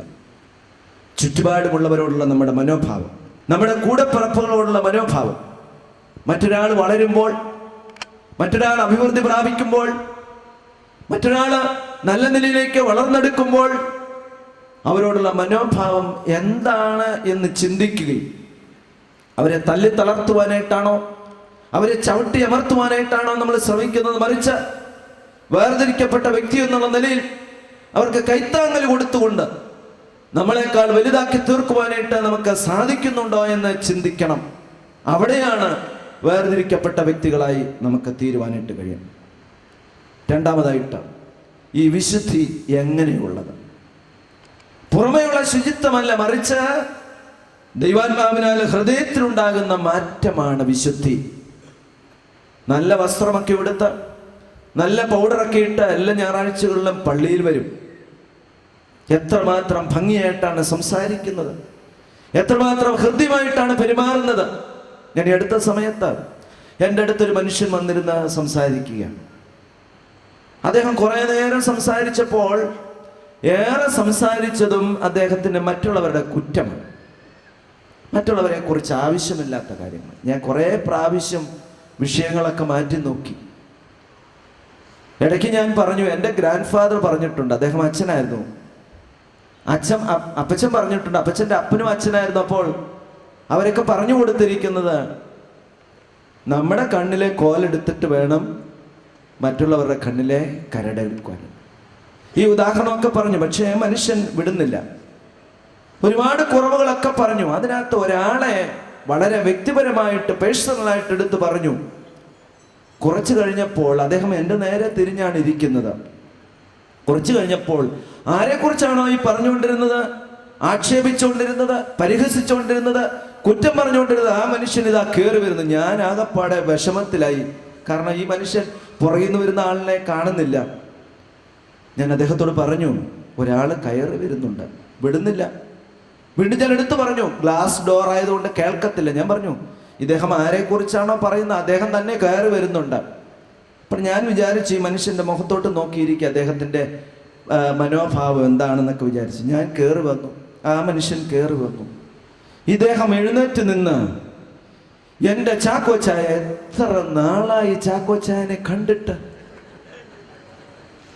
കെട്ടിപ്പിടിച്ച് 2 ഉമ്മ കൊടുത്ത് സ്നേഹത്തോടെ എന്നിട്ട് കുശല പ്രശ്നമൊക്കെ നടത്തുന്നത് കണ്ടപ്പോൾ സാക്ഷാൽ ദൈവം തമ്പുരാൻ പോലെ ലജ്ജിച്ചു പോകുമെന്ന് എനിക്ക് തോന്നി. എന്നിട്ട് എന്നോട് സംസാരിക്കാൻ ഈ മനുഷ്യൻ അനുവദിക്കുന്നില്ല. അദ്ദേഹത്തിൻ്റെ ഒരു പേടി എന്താണെന്ന് ചോദിച്ചാൽ, ഈ പറഞ്ഞ കാര്യങ്ങൾ വല്ലതും ഞാൻ അദ്ദേഹത്തോട് പറയുമോ എന്നാണ്. വന്ന മനുഷ്യനാണ് എന്നോട് കുറച്ച് കാര്യങ്ങൾ പറയാനുണ്ട്. ഈ മനുഷ്യനൊന്ന് പോയിട്ട് വേണ്ടേ ഇദ്ദേഹത്തിന് കാര്യങ്ങൾ പറയാൻ. പക്ഷേ ഇദ്ദേഹത്തിന്റെ പേടി, തിരുമേനി കുറച്ച് നാൾ കഴിഞ്ഞാണ് മറന്നുപോയേനെ. പക്ഷെ ഇപ്പം തന്നെ ഇത് വളരെ ചൂടപ്പം പോലെ തിരുമേനി പറഞ്ഞാൽ ഈ കെട്ടിപ്പിടിച്ചതെല്ലാം വെറുതെ ആകുമല്ലോ എന്ന് വിചാരിച്ച് ഞാൻ അദ്ദേഹത്തോട് പറഞ്ഞു, ഇദ്ദേഹത്തിന് എന്തോ പേഴ്സണലായിട്ട് പറയാനായിട്ടുണ്ട് എന്ന് പറഞ്ഞപ്പോൾ അതൊക്കെ ഇറങ്ങിപ്പോയി.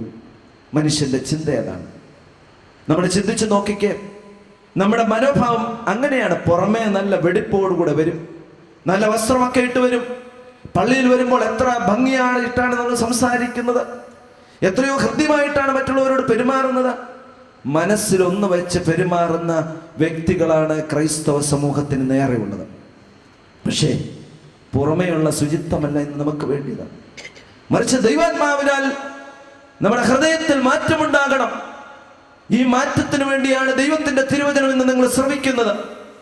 ഞാൻ പറഞ്ഞല്ലോ, യേശുക്രിസ്തുവിനെ കാണുവാനായിട്ട് വിദ്വാൻമാര് കടന്നു വന്നപ്പോൾ ഹേരോദാവിന്റെ അടുക്കൽ കൂടെയാണ് കടന്നു വന്നത്. തിരികെ വരുമ്പോൾ ഇതുവഴി വരണമെന്ന് പറഞ്ഞു, പോയില്ല. നമ്മുടെ ജീവിതത്തിൽ നമ്മളാണെങ്കിൽ തിരിച്ചവിടെ ചെന്ന് എന്തെല്ലാം ഏഷണിയും പരദൂഷണവും പറയാമോ അതൊക്കെ പറഞ്ഞു കൊടുക്കും. നമുക്കവിടെ എന്തെല്ലാം സ്ഥാനമാനങ്ങൾ കിട്ടാമോ, അവിടെ എന്തെല്ലാം നേട്ടങ്ങൾ ലഭിക്കാമോ അതൊക്കെ ചെയ്യും. പക്ഷേ അവർ വന്ന വഴിയെ മടങ്ങിപ്പോയില്ല.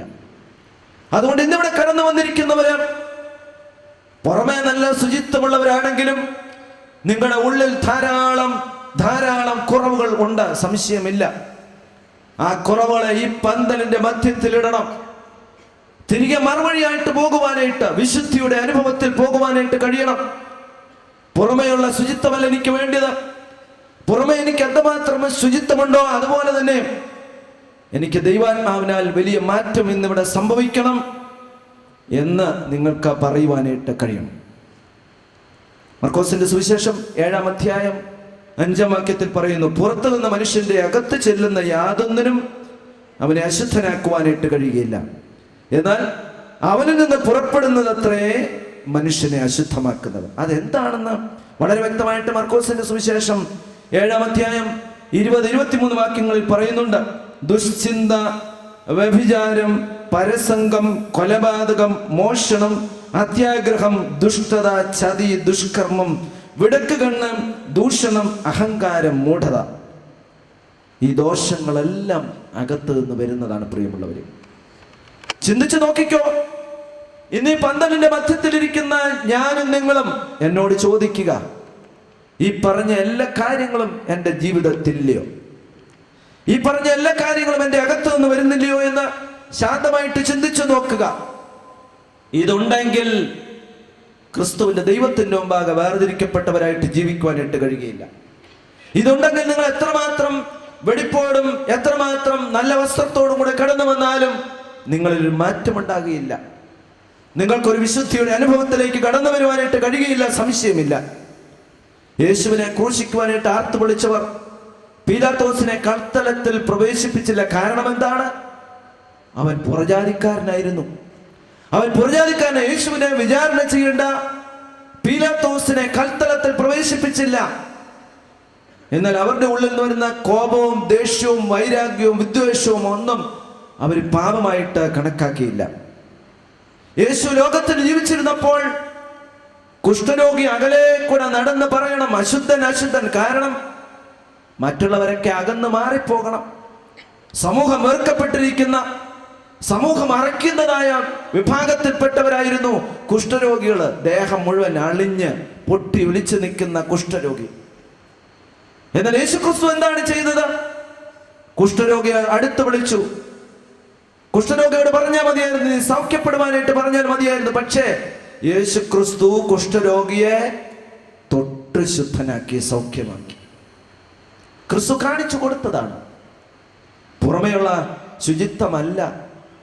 അവന്റെ മനസ്സിൽ വലിയ മാറ്റമുണ്ടാക്കുവാനായിട്ട്, മറ്റുള്ളവരുടെ മനസ്സിൽ വലിയ മാറ്റമുണ്ടാക്കുവാനായിട്ട് യേശുക്രിസ്തുവിനെ തൊട്ടു.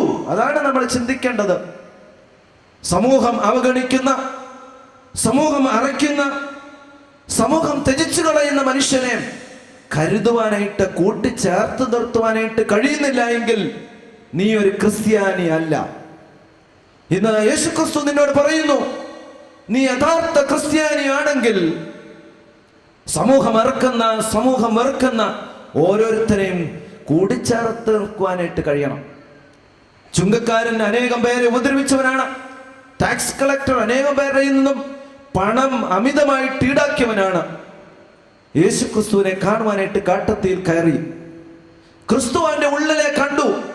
അവന്റെ ഉള്ളിൽ മാറ്റമുണ്ടാകുവാനായിട്ട് ശാസ്ത്രിമാരെ പരീശന്മാരെ പോലെ അല്ല, എന്നെ കാണുവാനായിട്ട്, എന്നെ ദർശിക്കുവാനായിട്ട് പൊക്കം കുറഞ്ഞവനായ ചുങ്കക്കാരൻ സക്കായി അവൻ കാട്ടത്തിൽ കയറി ഇരുന്നപ്പോൾ യേശുക്രിസ്തു മരത്തിന്റെ അടുത്ത് വന്നിട്ട് പറഞ്ഞു, നീ ഇറങ്ങി വരിക, ഇന്നെനിക്ക് നിന്റെ വീട്ടിൽ ഭക്ഷണത്തിനിരിക്കണം. കർത്താവിന്റെ വീട്ടിൽ ഭക്ഷണത്തിന് പോയി. അവൻ ലഭിച്ചതെല്ലാം നാലിരട്ടിയായിട്ട് തിരികെ കൊടുക്കുന്നത് നമുക്ക് തിരുവചനത്തിൽ കാണുവാനായിട്ട് കഴിയും. 5 ഭർത്താക്കന്മാരുള്ള വേശ്യാസ്ത്രീ, ഇപ്പോൾ നിന്റെ കൂടെ ഉള്ളത് നിന്റെ ഭർത്താവല്ല എന്ന് പറഞ്ഞ വേശ്യാസ്ത്രീയെ കല്ലെറിഞ്ഞ് കൊല്ലുവാനായിട്ട് ഒരുങ്ങി നിൽക്കുന്ന മനുഷ്യരോട് കർത്താവ് ചോദിച്ചു, നിങ്ങളിൽ പാപമില്ലാത്തവർ ഇവിടെ കല്ലെറിയട്ടെ. സ്വീകരിച്ച എല്ലാവരുടെയും കയ്യിൽ നിന്ന് കല്ല് താഴെ വീണു. വേശ്യാസ്ത്രീയെ കല്ലെറിഞ്ഞ് കൊല്ലുവാനായിട്ട് നിൽക്കുന്ന ഓരോരുത്തരുമാണ് ഞാനും നിങ്ങളും. ഇന്ന് നമ്മുടെ പള്ളിയിൽ, സഭയിൽ, ഭദ്രാസനത്തിൽ നമ്മുടെ ജീവിത രീതി എങ്ങനെയാണെന്ന് ചിന്തിച്ചു നോക്കുക. ഞാൻ എൻ്റെ സമൂഹത്തെ മാറ്റി നിർത്തിയല്ല പറയുന്നത്. ഏറ്റവും കൂടുതൽ കോഴ മേടിക്കുന്നതും ഏറ്റവും കൂടുതൽ അഴിമതി കാണിക്കുന്നതും നമ്മുടെ സമൂഹമാണ്, ക്രൈസ്തവരാണ്. നമ്മൾ ചിന്തിച്ചു നോക്കിക്കേ. അതുകൊണ്ട് നമ്മുടെ ജീവിതത്തിൽ യേശുക്രിസ്തുവിനെ പോലെ ആയിത്തീരുവാനായിട്ട് നമുക്ക് കഴിയണം. ക്രിസ്തു കാണിച്ചു തന്ന നല്ല വഴിയിൽ കൂടെ നമുക്ക് നടക്കുവാനായിട്ട് കഴിയുന്നില്ലെങ്കിൽ യഥാർത്ഥമായ ക്രിസ്തീയ ദൗത്യത്തിൽ നമ്മൾ മാറിപ്പോവുകയാണ്. യോസഫിന്റെ ജീവിതത്തെ കുറിച്ച് നമുക്ക് കാണുവാനായിട്ട് കഴിയും.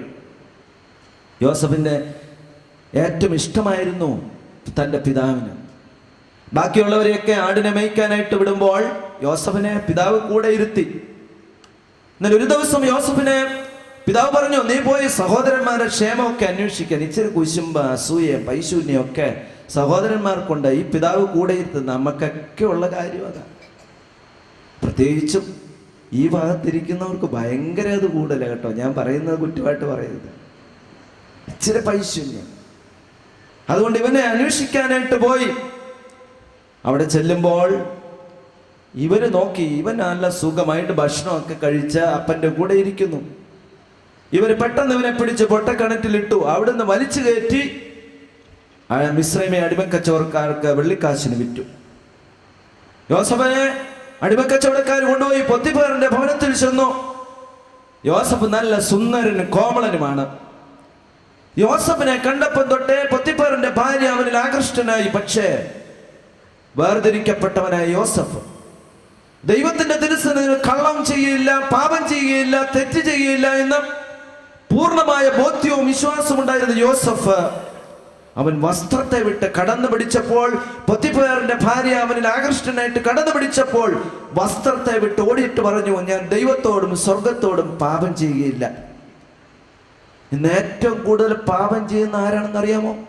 ഈ പാവം പിടിച്ച പുരുഷന്മാരെ എല്ലാം ട്രാപ്പിൽപ്പെടുത്തുന്ന ഫേസ്ബുക്കിൽ കൂടെയും വാട്സപ്പിൽ കൂടെയും സ്ത്രീജനമാണ്. ഞാൻ പറയുമ്പോൾ എന്നോട് നിങ്ങൾ വിരോധപ്പെടരുത്. ഏറ്റവും കൂടുതൽ അതിക്രമങ്ങൾ, എൻ്റെ ജ്യേഷ്ഠൻ്റെ ഭാര്യ സ്കൂളിലെ പ്രിൻസിപ്പലാണ്, ഹയർ സെക്കൻഡറി സ്കൂളിലെ പ്രിൻസിപ്പൽ. ഇപ്പോൾ അമേരിക്കയ്ക്ക് പോയി. 13,500 പിള്ളേർ പഠിപ്പിക്കുന്ന സ്കൂളിൽ ചേട്ടത്തി പറയും, എൻ്റെ തിരുമേനി പ്രസംഗിക്കുമ്പോഴൊക്കെ പറയണം നമ്മുടെ പെൺകുട്ടികളെ കുറിച്ച്. ഞാൻ ചോദിച്ചു എന്താ? പഴയ രീതി അനുസരിച്ച് ഞങ്ങൾ ആൺപിള്ളേരൊക്കെ കുറ്റങ്ങളൊക്കെ ചെയ്യുമ്പം പിടിച്ച് 2 എണ്ണം കൊടുത്തിട്ട് പറയും, നിന്റെ അപ്പനെ വിളിച്ചുകൊണ്ട് വരാതെ ക്ലാസ്സിൽ കയറ്റുകയില്ല, ഇവൻ്റെ മുട്ടുകാല് തമ്മിലിടിക്കുക, എൻ്റെ ടീച്ചറെ അത് മാത്രം പറയരുത്, വേറെ ആരെ വിളിച്ചോണ്ട് വരാം, അപ്പം തല്ലിക്കൊല്ലും, സംശയമില്ല. ഇവരുടെ 2 അടി കൊടുക്കുമ്പോൾ അവൻ പിന്നീട് ആ തെറ്റ് ചെയ്യില്ല. പക്ഷേ പെൺകുട്ടികളെ തല്ലുമ്പോൾ നിങ്ങൾ ക്ഷമിക്കണം കേട്ടോ, എന്നോട് പറയുന്നതിൽ നമ്മുടെ പിള്ളേരെ കുറിച്ചുള്ള റിപ്പോർട്ടാണ്. പെൺകുട്ടികളെ തല്ലിയാൽ നല്ല കൂളായിട്ട് 2 എണ്ണം കൂടെ തന്നോ എന്ന് പറഞ്ഞാൽ നിൽക്കുന്നത്. എല്ലാവരും അല്ല കേട്ടോ, എക്സെപ്ഷൻ ഉണ്ട്. എന്താണ് ഇങ്ങനെ കാഠിന്യമാകുന്നത് മനസ്സ്? എന്തുകൊണ്ടാണ് ഇങ്ങനെ പോകുന്നത്? എന്താണ് ഇതിന്റെ കാരണമെന്ന് ചിന്തിക്കുവാനായിട്ട് നമുക്ക് കഴിയണം.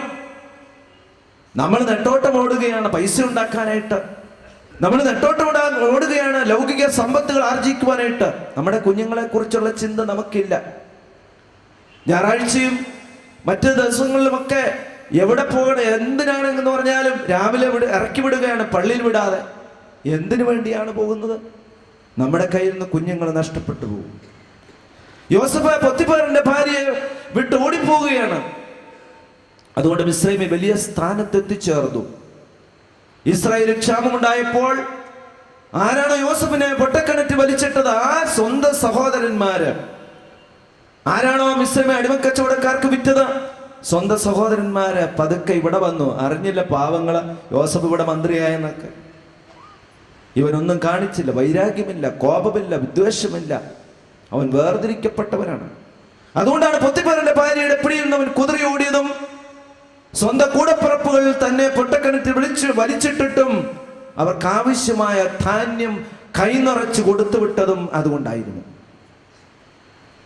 പ്രിയമുള്ളവരെ, ശൗല മാനസാന്തരപ്പെടുന്ന അനുഭവം നമുക്കറിയാം. അപ്പോസ്തല പ്രവൃത്തികൾ 9-ാം അധ്യായം 1 മുതൽ 18 വരെയുള്ള ഭാഗങ്ങളിൽ അത് പറയുന്നുണ്ട്. ശൗലിന് വലിയ അധികാരപത്രമൊക്കെ വാങ്ങിക്കൊണ്ട് യെരുശലേമിൽ നിന്ന് ഡമസ്കോസിലേക്ക് വരികയാണ്. എന്നാൽ ഡമസ്കോസിന്റെ പരിവാദക്കൽ വന്നപ്പോൾ അവന്റെ ദൈവത്തിന്റെ വിളി, അവൻ ഉരുണ്ട് താഴെ വീണു. ശൗലേ ശൗലേ എന്ന് വിളിച്ചു. നീ ഉപദ്രവിക്കുന്ന നസ്രായന യേശു എന്ന് പറഞ്ഞു. അവന് 2 ദിവസത്തേക്ക് കണ്ണു കാണാൻ മേലാതെയും ഭക്ഷണം കഴിക്കാൻ മേലാതെ ഇരുന്നു. അനന്യാസിന് ദൈവം ദർശനത്തിൽ പറഞ്ഞു, നീ പോയിട്ട് ശൗലിന്റെ തലയിൽ കൈവച്ച് പ്രാർത്ഥിക്കണം. അനന്യാസ് പറഞ്ഞു, കർത്താവേ, യെരുശലേമിലെ മുഴുവൻ വിശുദ്ധന്മാരെയും ക്രിസ്ത്യാനികളെയും കൊന്നൊടുക്കി ഇവിടെയുള്ളവരെ പിടിച്ചു കെട്ടുവാനായിട്ട് അധികാരപത്രവുമായിട്ട് വരുന്നു. എന്നാൽ കർത്താവായ യേശു ക്രിസ്തു പറഞ്ഞു അനന്യാസിനോട്, എൻ്റെ നാമം ജാതികൾക്ക്, രാജാക്കന്മാർക്ക്, ഇസ്രായേലിന്റെ മക്കൾക്കും ഭാഗം വഹിക്കുവാനായിട്ടുള്ള ഒരു പാത്രമായിട്ട് ഞാൻ അവനെ തെരഞ്ഞെടുത്തിരിക്കുന്നു. അതുകൊണ്ട് നീ പോകാം. അനന്യാസിനെയും കൂട്ടരെയും കൊല്ലുവാനായിട്ട് കടന്നു വന്ന ശൗല അവൻ കണ്ണു കാണാതിരിക്കുമ്പോൾ അനന്യാസ് കടന്നു ചെന്നിട്ട് അനന്യാസ് തലയിൽ കൈവച്ചിട്ട് പറഞ്ഞു, സഹോദര ശൗലേ.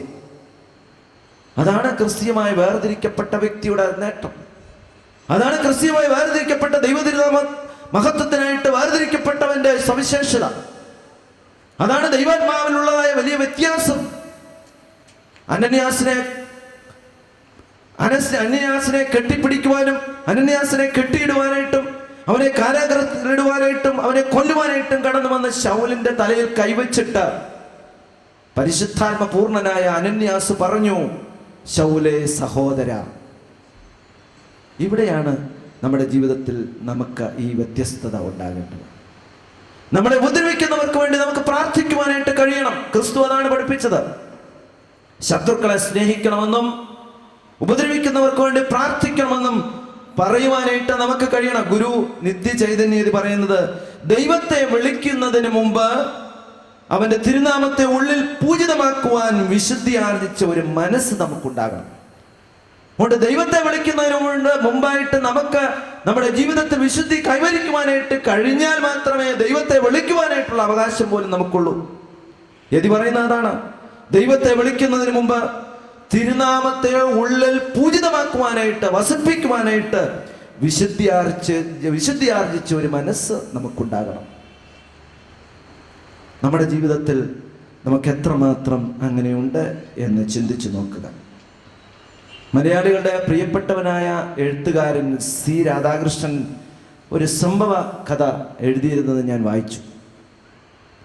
അദ്ദേഹം സ്കൂളിൽ പഠിച്ചുകൊണ്ടിരിക്കുമ്പോൾ അധ്യാപകൻ ക്ലാസ്സിൽ വന്നിട്ട് പറഞ്ഞു, ഒരു ചോദ്യമാണ് കുട്ടികളോട്, ഒരു കണക്കിന്റെ അധ്യാപകനാണ്. കണക്കിന്റെ അധ്യാപകൻ ചോദിക്കുകയാണ്, ഒരു നാഴിപ്പാല് 1 രൂപയ്ക്ക് കിട്ടുകയാണെങ്കിൽ 10 നാഴിപ്പാല് വാങ്ങിയിട്ട് അതിൽ 4 നാഴി വെള്ളം ചേർത്ത് 1.25 ഉറുപ്പികയ്ക്ക് കൊടുത്താൽ എത്ര രൂപ ലാഭം കിട്ടും? മിടുക്കന്മാരായ കുട്ടികളെല്ലാവരും പെട്ടെന്ന് കണക്ക് കൂട്ടി ലാഭം എത്രയാണെന്ന് പറഞ്ഞു. നിങ്ങളത് ശ്രദ്ധിച്ചു കേട്ടല്ലോ. 1 നാഴിപ്പാൽ 1 രൂപയ്ക്ക് കിട്ടും.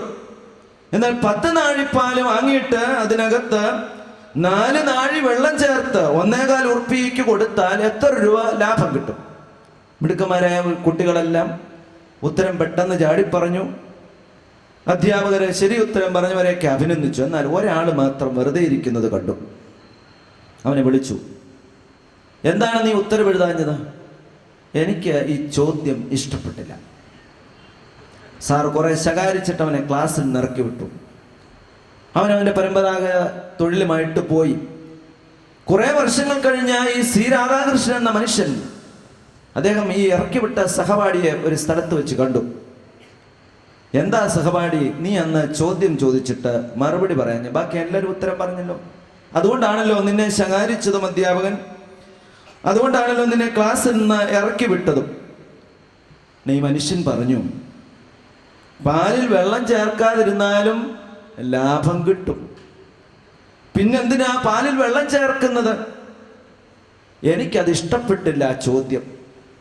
അതാണ് അവൻ്റെ ക്രിസ്തീയത, അവൻ്റെ ജീവിതത്തിൻ്റെ വ്യത്യസ്തത അതാണ്. അപ്പോൾ ആ മനുഷ്യൻ, ഈ സി രാധാകൃഷ്ണൻ എന്ന മനുഷ്യൻ, അദ്ദേഹത്തെ അങ്ങേയറ്റം അനുമോദിച്ചു. ഇതാണ് ജീവിതത്തിൽ വേണ്ടതായ ഏറ്റവും വലിയ വ്യത്യസ്തത എന്ന് പറയുന്നത്. നമ്മുടെ ജീവിതത്തിൽ നമ്മൾ എന്ത് കേട്ടാലും അതിനനുസരിച്ച് നാടോടുമ്പോൾ നടുവേ ഓടുന്ന ഒരു പ്രവണതയാണ് നമുക്ക് പലപ്പോഴും ഉണ്ടാകും. സ്തെഫാനോസിന്റെ ജീവിതത്തിൽ നമ്മളത് കണ്ടത് തന്നെയാണ്. അപ്പോസ്തല പ്രവൃത്തികൾ 7-ാം അധ്യായം 54 മുതൽ 56 വരെയുള്ള വാക്യങ്ങൾ അവന്റെ നേരെ ആക്രോശിച്ചു ജനം. ദൈവത്തിന്റെ വലിയ സുവിശേഷം അവൻ പ്രഘോഷിച്ചപ്പോൾ അവനെതിരായിട്ട് ജനം ആക്രോശിച്ചു. പരീശന്മാരും ശാസ്ത്രിമാരും അവനോട് അങ്ങേയറ്റം ആക്ഷേപിക്കുകയും പരിഹസിക്കുകയും ചെയ്തു. എന്നാൽ അവൻ പരിശുദ്ധാത്മ നിറവോടെ സ്വർഗത്തിലേക്ക് നോക്കി. ദൈവമഹത്വവും ദൈവത്തിന്റെ വലത്ത് ഭാഗത്ത് യേശുക്രിസ്തുവും ഇരിക്കുന്നത് അവൻ കണ്ടു. എന്നാൽ ഈ മനുഷ്യൻ വിട്ടില്ല, ഈ മനുഷ്യരെ ജനം വിട്ടില്ല. അവർ ഉറക്കെ നിലവിളിച്ചുകൊണ്ട് അവന്റെ നേരെ ആക്രോശിച്ചുകൊണ്ട് ചെന്നിട്ട് അവനെ നഗരത്തിൽ നിന്ന് തള്ളി പുറത്താക്കി. എന്നിട്ട് അവനെ കല്ലെറിഞ്ഞു. എന്നാൽ എൻ്റെ ആത്മാവിനെ കൈക്കൊള്ളണമേ എന്ന് പറയുന്നതിനോടൊപ്പം കല്ലേറേറ്റുകൊണ്ട് അവന്റെ ശരീരത്തിൽ നിന്ന് രക്തം ഇറ്റിറ്റായിട്ട് വീണ മരണത്തോടടുക്കുമ്പോൾ അവൻ പ്രാർത്ഥിക്കുകയാണ്, കർത്താവേ, അവർക്ക് ഈ പാപം നിർത്തരുതേ. ഇന്ന് എത്ര പേർക്ക് അങ്ങനെ പ്രാർത്ഥിക്കുവാനായിട്ട് കഴിയും? എന്നെ ഉപദ്രവിക്കുന്ന, എന്നെ ആക്ഷേപിക്കുന്ന, എന്നെ പരിഹസിക്കുന്ന, എനിക്കെതിരായിട്ട് യുദ്ധം ചെയ്യുന്നതായ എൻ്റെ സ്നേഹത്തിന് വേണ്ടി എനിക്ക് പ്രാർത്ഥിക്കുവാനായിട്ട് കഴിയുമോ? കർത്താവെ, അവന്റെ പാപം അവനിൽ നിർത്തരുത്. ഇന്ന് രാത്രികാലം ഈ പന്തലിന്റെ മധ്യത്തിലിരുന്ന് പ്രാർത്ഥിക്കുവാനായിട്ട് കഴിഞ്ഞുവെങ്കിൽ യേശുക്രിസ്തു നിന്നെ തൊട്ടിരിക്കുന്നു, സംശയമില്ല. അതുകൊണ്ട് ക്രിസ്തു തൊട്ടതായ ഒരു വ്യക്തിയായിട്ട് തിരികെ പോകുവാനായിട്ട് കഴിയണം. മാർത്തോമാ സുറിയാനി സഭയുടെ ചെങ്ങന്നൂർ മാവേലിക്കര കൺവെൻഷനിൽ 4-5 ദിവസം കടന്നു വന്ന് തിരിച്ചു പോയാൽ അതിന്റെ പ്രതിഫലം ദൈവത്തിൽ നിന്ന് പിടിച്ചു വാങ്ങണം. യാക്കോബ് പറഞ്ഞു, എന്നെ അനുഗ്രഹിച്ചിട്ടല്ലാതെ ഞാൻ നിന്നെ വിടുകയില്ല എന്ന് പറഞ്ഞതുപോലെ ഇവിടെ ഇരിക്കുന്ന ഓരോ വ്യക്തികളും രൂപാന്തരപ്പെടുവാനായിട്ട് കഴിയണം. യേശുക്രിസ്തു കുഷ്ഠരോഗിയെ തൊട്ട് സുഖമാക്കിയതുപോലെ ഇന്ന് ഈ പന്തലിന്റെ മധ്യത്തിലിരിക്കുന്ന ഓരോരുത്തരെയും തൊടുവാനായിട്ട്, ക്രിസ്തുവിനെ സാക്ഷിക്കുന്ന നല്ല വ്യക്തികളായിട്ട് രൂപാന്തരപ്പെട്ടു പോകുവാനായിട്ട് നിങ്ങൾക്ക് കഴിയണം. അതിന് കഴിയണമെങ്കിൽ പുറമേയുള്ള ശുചിത്വമല്ല, ദൈവാത്മാവിനാൽ അകത്ത് നിന്ന് നമുക്ക് വലിയ മാറ്റം സംഭവിക്കണം. ശത്രുവിനെ സ്നേഹിക്കുവാനായിട്ട്, മറ്റുള്ളവരെ കരുതുവാനായിട്ട്, എന്നെ ഉപദ്രവിക്കുന്നവർക്ക് വേണ്ടി ഞാൻ അവർക്ക് വേണ്ടി പ്രാർത്ഥിക്കുന്നവനായി തീരുമ്പോഴാണ് ക്രിസ്തു ഇന്ന് നിങ്ങളെ തൊടുന്നത്. ഞാൻ കേരളത്തിന് പുറത്തുള്ള ഒരു പള്ളിയിൽ ശുശ്രൂഷിക്കുമ്പോൾ ഞാൻ എൻ്റെ തിയോളജിയുടെ പഠനം നടത്തിക്കൊണ്ടിരിക്കുന്ന സമയം, പള്ളിയുടെ ചുമതലയും എൻ്റെ ഉപരിപഠനവും നടത്തിക്കൊണ്ടിരിക്കുന്ന സമയത്ത് 4.5 വർഷം ആ പള്ളിയിലിരുന്നു. 3 വർഷമാണ് ഞങ്ങൾക്കുള്ളത്. സാധാരണ 1-1.5 വർഷം കഴിയുമ്പോൾ അഭിനന്ദനായ തിരുമേനി എന്നെ മാറ്റും. കാരണം എന്നോട് സ്വാതന്ത്ര്യമുണ്ട്. കാരണം ക്ലിമിസ് തിരുമേനിയുടെ സഹോദരിയുടെ പൗത്രനാണ്. അതുകൊണ്ട് എന്നെ എവിടെ വേണേലും ഓടിക്കാം. മറ്റുള്ളവരെയൊക്കെ വിട്ടാൽ ഇവിടിക്കുന്ന അച്ഛന്മാർ പിറുപിറുക്കുന്ന, ഇവിടുത്തെ അച്ഛന്മാരല്ല കേട്ടോ, ഞങ്ങളുടെ അച്ഛന്മാരൊക്കെ പിറുപിറുക്കുന്നത് പോലെ ഞാൻ പിറുപിറുക്കത്തില്ല. കാരണം എനിക്ക് രക്തബന്ധമായി പോയില്ല. അതുകൊണ്ട് എന്തെങ്കിലും ഒരു പ്രശ്നം വന്നു കഴിഞ്ഞാൽ തിരുമേനി എന്നെ മാറ്റി അവിടോട്ട് വേറൊരു അച്ഛനെ വെക്കും. അങ്ങനെ എന്നോട് പറഞ്ഞു, പഠിക്കാനൊക്കെ നല്ല സന്ദർഭമാണ്, പൊയ്ക്കോ, രക്ഷപ്പെട്ടു പോകാം, അവിടെ പോയിട്ട് നല്ലപോലെ പഠിച്ച് മിടുക്കനാകണം, ഡോക്ടറേറ്റ് ഒക്കെ എടുക്കണം എന്നൊക്കെ പറഞ്ഞ്, പെണ്ണുമൊന്നും കെട്ടാത്ത അച്ഛനല്ലേ, അതുകൊണ്ട് ഇവിടെ നിന്ന് എന്താ കാണിക്കാനാണ്, പൊയ്ക്കോളാൻ പറഞ്ഞു. ഞാൻ ഈ തണുപ്പും ചൂടും ഒക്കെ ഏറ്റ് ഡൽഹിയിൽ പോയി. അവിടെ ചെന്നപ്പോൾ അവരെന്നോട് പറഞ്ഞു, തിരുമേനി പറഞ്ഞു, പഠിക്കാനാണ് ഇവിടുന്ന്, പള്ളിയിലെ കാര്യങ്ങൾ അത്യാവശ്യമൊക്കെ ചെയ്യണം, ഒരുപാട് സമയം നഷ്ടപ്പെടുത്തി കളയരുത്, പഠിക്കണം, നന്നായിട്ട് പഠിക്കണം, പഠിച്ച് മിടുക്കനായി തിരികെ വരണം എന്ന് പറഞ്ഞു. ഏതായാലും ഞാൻ അവിടെ ചെന്നപ്പോൾ അവരെന്നോട് പറഞ്ഞു, അച്ചോ, എല്ലാ പള്ളികളും പണിതു. നമ്മുടെ ഐസക് ഫിലിക്സ് തിരുമേനിയാണ് ഡൽഹിയിലെ മാർത്തോമാ സഭയുടെ ഭദ്രാസനാധിപൻ. മറ്റു പള്ളികളൊക്കെ ഇതിനോടൊപ്പം തുടങ്ങിയ പള്ളി, ഓർത്തഡോക്സ് മാർത്തോമാ യാക്കോബായ പള്ളികളെല്ലാം പണി പൂർത്തീകരിച്ചു. നമ്മുടേത് മാത്രം ബേസ്മെന്റിലാണ്. ഇതിന് മുകളിലോട്ട് റോഡ് ലെവലിൽ നിൽക്കുകയാണ്, അത് മുകളിലോട്ട് പണിയണം. അച്ഛനൊന്ന് മനസ്സ് വെച്ചാൽ പണിയാനായിട്ട് സാധിക്കും. 2 ഗ്രൂപ്പാണ്. നമ്മുടെ പള്ളിയിലേക്ക് ഗുണം അതാണല്ലോ, ഞങ്ങളുടെ നാനായപ്പള്ളിയിലെ കാര്യമാണ്. 2 സൈഡിലാണ് കമ്മിറ്റി കൂടുമ്പോൾ ഇരിക്കുന്നത്. ഞാനിങ്ങനെ ചെന്നായിക്കും കടലിനും ഇടയ്ക്ക് ഇരിക്കുന്ന പോലാണ്. ഒരുത്തൻ എഴുന്നേറ്റ് ഇരിക്കുമ്പോൾ ഇപ്പുറത്തെ അവനും ചാടി എഴുന്നേക്കും. ഇരുത്താൻ എന്തോ ഒരു ബുദ്ധിമുട്ടാണെന്നറിയാമോ? ഒരുപോലെ ഇരിക്കുക, ഒരാൾ കൂടുതലില്ല.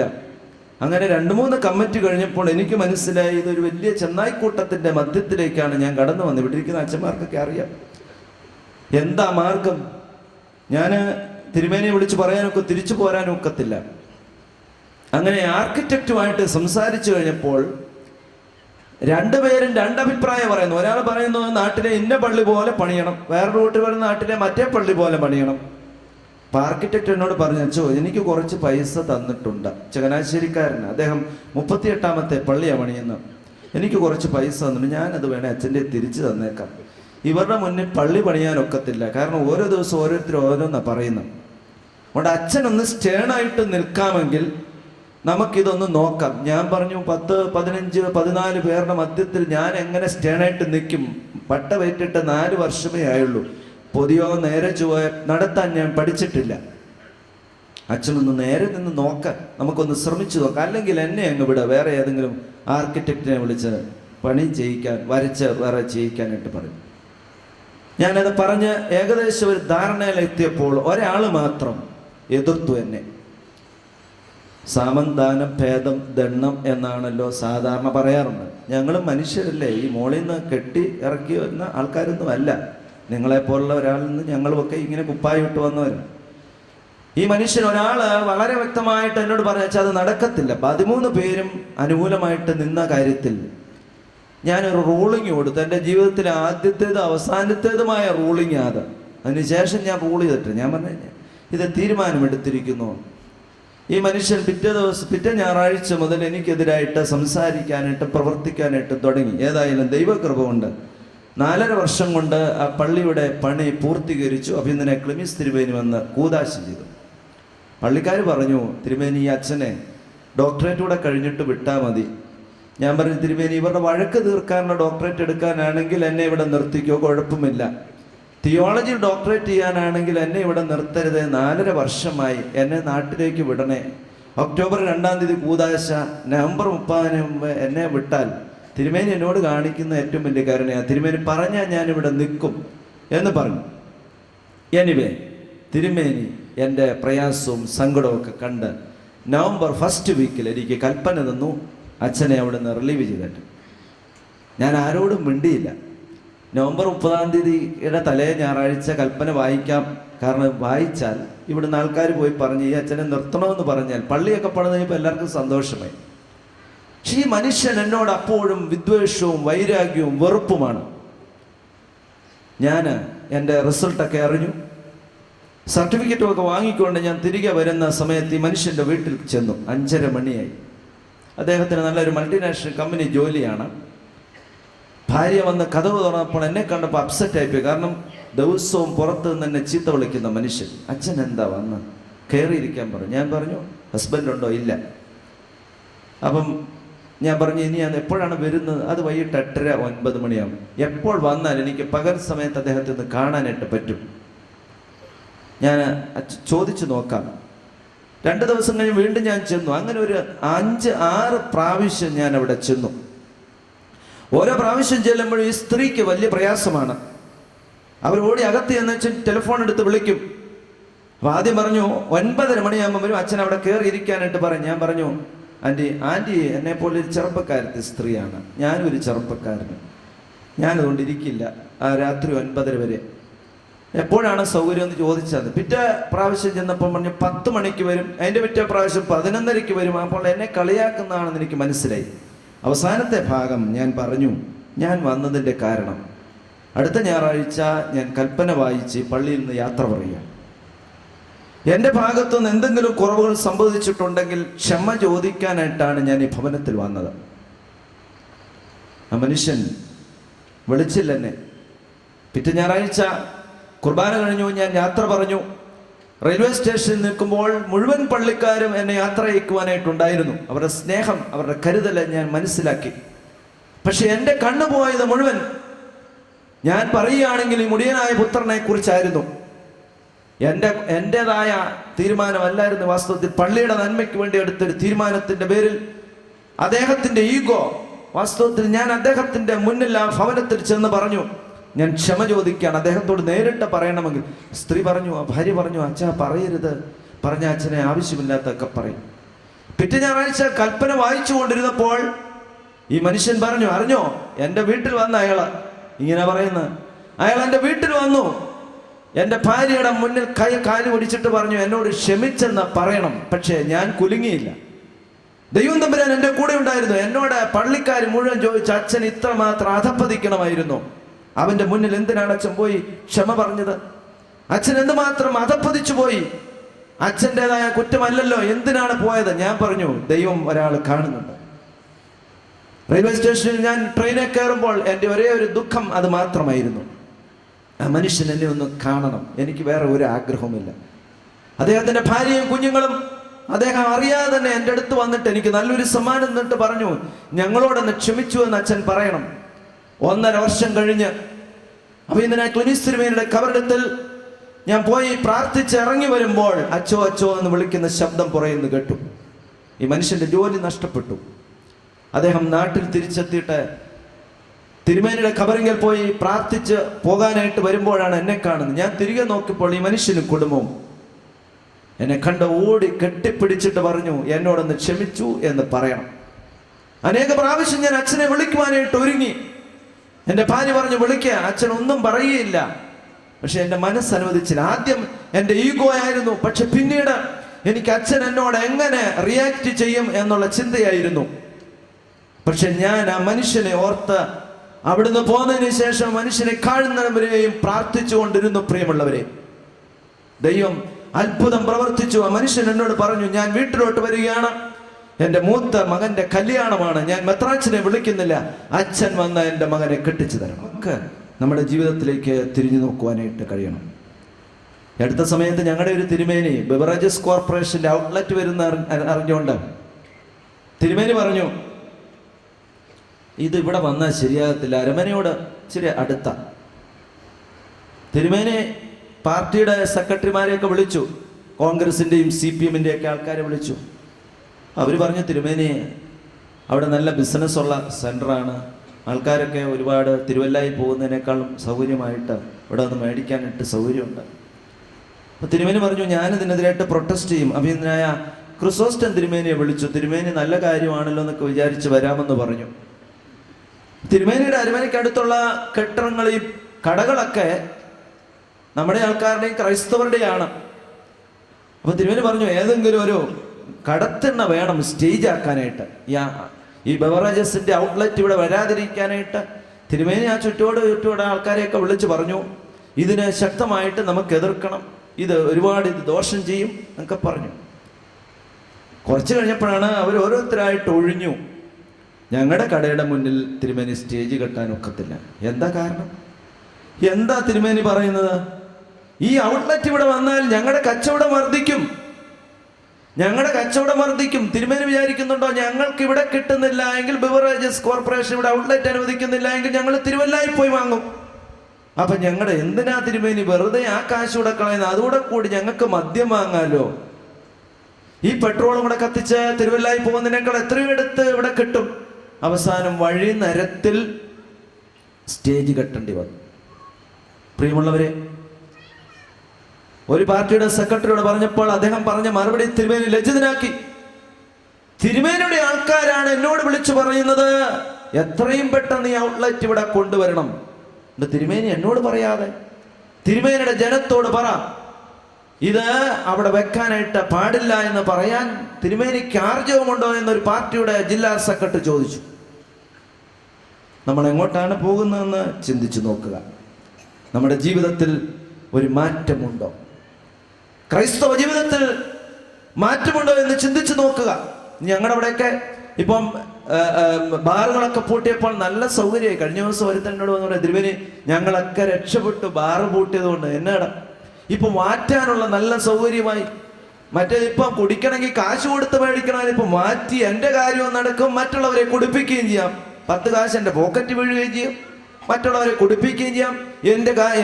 എൻ്റെ കുടി നിർബാധം നടക്കുകയും ചെയ്യും, എനിക്ക് 10 കാശ് ഉണ്ടാക്കുകയും ചെയ്യാം. നമ്മുടെ മനോഭാവം ഇതായിരിക്കും. നമ്മുടെ മനോഭാവം ഇന്നതാണ്. അതുകൊണ്ട് പുറമേയുള്ള ശുചിത്വമല്ല നമുക്ക് വേണ്ടത്. എല്ലാ ഞായറാഴ്ചയും പള്ളിയിൽ പോകുന്നുണ്ട്, എല്ലാ ഞായറാഴ്ചയും പതാരം കൊടുക്കുന്നുണ്ട്, എല്ലാ ഞായറാഴ്ചയും മാസവരി കൊടുക്കുന്നുണ്ട്, ആദ്യഫലം കൊടുക്കുന്നുണ്ട്, പ്രാർത്ഥിക്കുന്നുണ്ട്, ഉപവസിക്കുന്നുണ്ട്, എല്ലാം ചെയ്യുന്നുണ്ട്.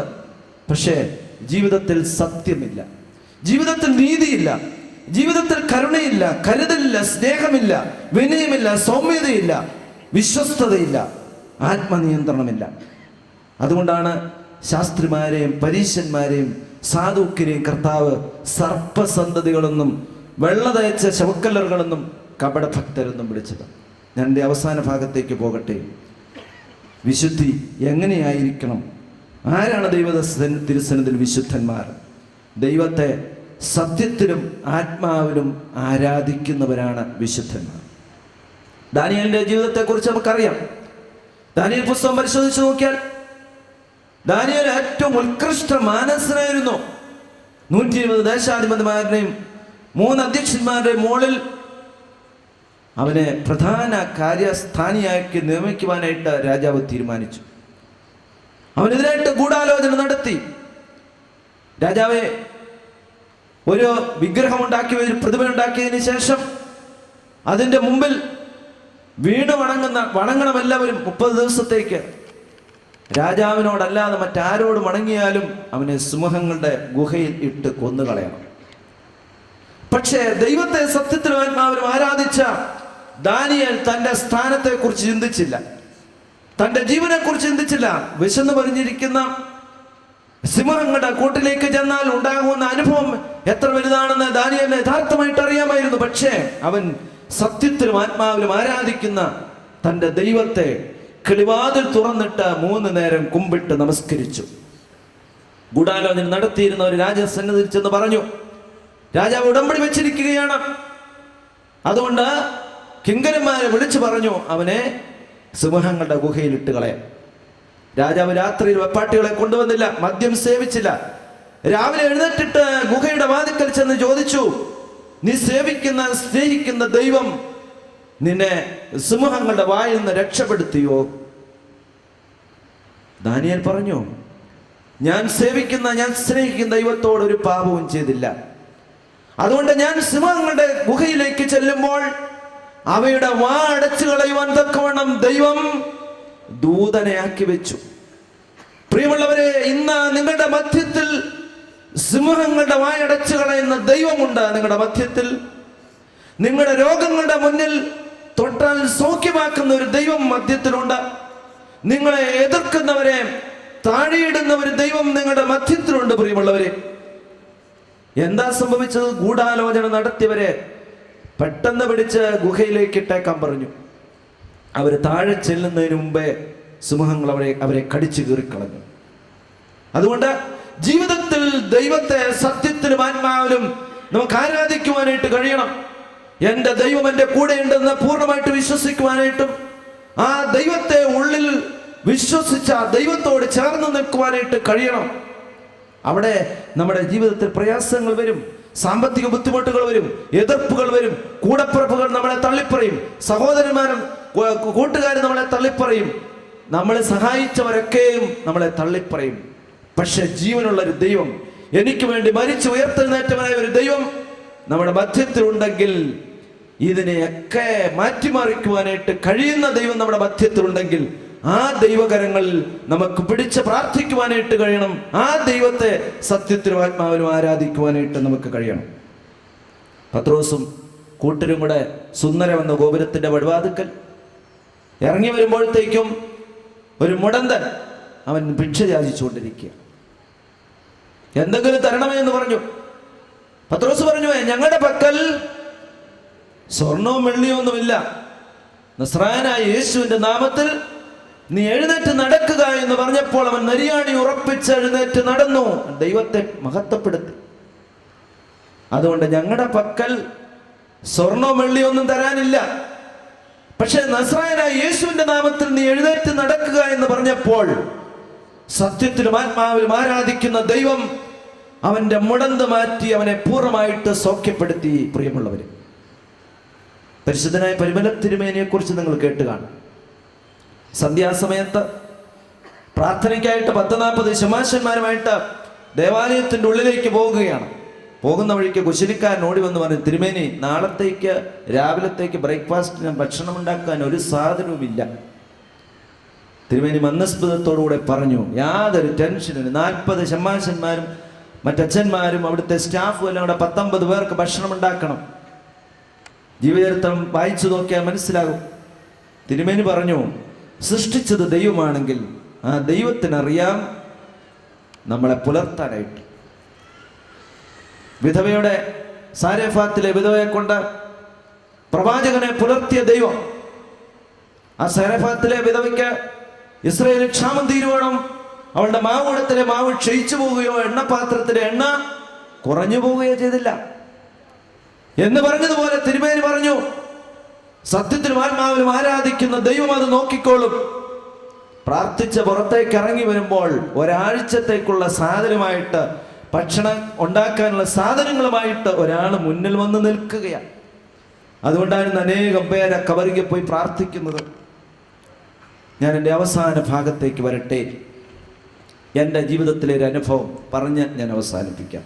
ഞാൻ കേട്ടത്, അഷ്ടമി എന്ന് പറഞ്ഞാൽ നിങ്ങൾക്കറിയാം, അഷ്ടമിക്ക് തൊട്ടതെല്ലാം നഷ്ടം എന്നാണ് മറ്റ് ക്രൈസ്തവരില്ലാത്തവർ പറയുന്നത്. നമ്മുടെ ആൾക്കാർ ഇപ്പം ഏറ്റവും കൂടുതൽ പറയും.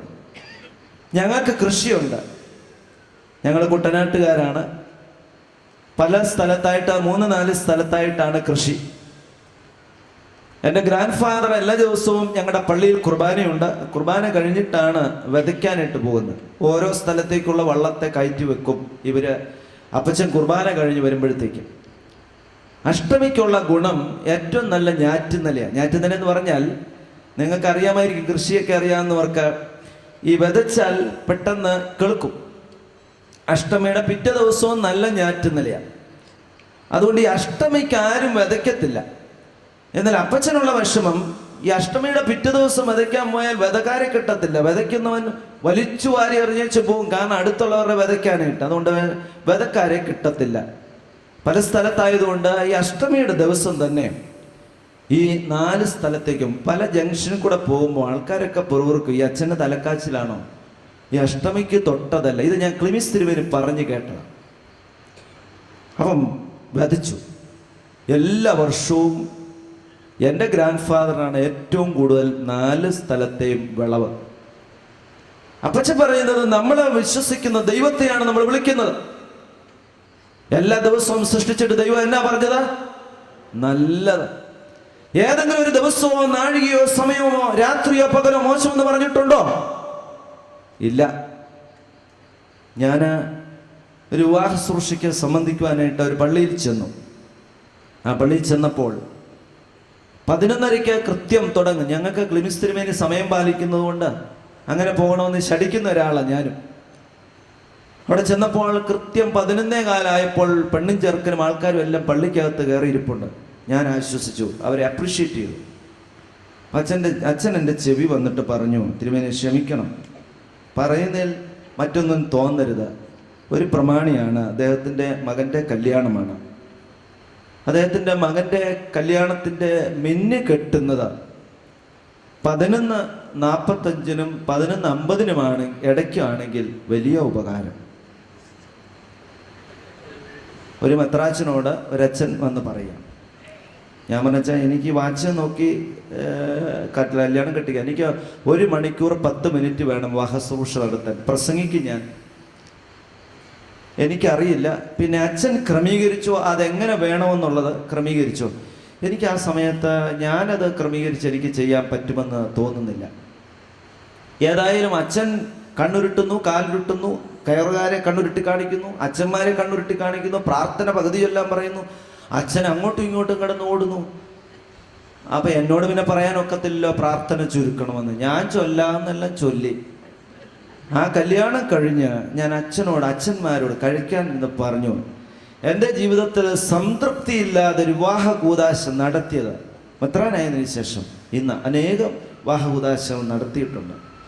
അച്ഛൻ ഇങ്ങനെ ഉണ്ടപ്പോൾ എന്നെ ഒന്ന് വിളിച്ച് പറയണം, തിരുമേനി ഇതിന് വരണ്ട എന്ന്. നിങ്ങൾക്കറിയാമോ, 2 വർഷം കഴിഞ്ഞപ്പോൾ ആ കല്യാണം വേർപെട്ടു പോയി. എൻ്റെ ജീവിതത്തിലെ ഏറ്റവും വലിയ ദുഃഖം. ദൈവത്തെക്കാൾ കൂടുതലായിട്ട് മറ്റുള്ളതിനെ നമ്മൾ ആശ്രയിക്കുമ്പോൾ ഉണ്ടാകുന്ന ബുദ്ധിമുട്ട് എത്ര വലുതാണ് എന്ന് ചിന്തിക്കണം. ഞാൻ എൻ്റെ വാക്കുകൾ ചുരുക്കട്ടെ, എൻ്റെ സമയം അതിക്രമിച്ചു. ദൈവം വലിയവനാണ് എന്ന് പൂർണ്ണമായിട്ട് വിശ്വസിക്കുവാനായിട്ട് നമുക്ക് കഴിയണം. ദൈവത്തിന് മഹത്വത്തിന് വേണ്ടി വേർതിരിക്കപ്പെട്ടവനാണ് ഇവിടെ ഇരിക്കുന്ന ഞാനും നിങ്ങളും. പുറമെയുള്ള ശുചിത്വമല്ല, ദൈവാത്മാവിനാൽ അകമേ ശുചിത്വമുണ്ടാകണം. ദൈവത്തെ സത്യത്തിലും ആത്മാവിലും ആരാധിക്കുന്ന വ്യക്തികളായിട്ട് ഇന്ന് ഇവിടുന്ന് കടന്നു പോകുന്നുവെങ്കിൽ ഇവിടെ ഇരിക്കുന്ന 10 പേര് സോദോം ഗൊമോറയെ കുറിച്ച് എന്നെ പറഞ്ഞത്, 10 നീതിമാന്മാരുണ്ടെങ്കിൽ രക്ഷിക്കും.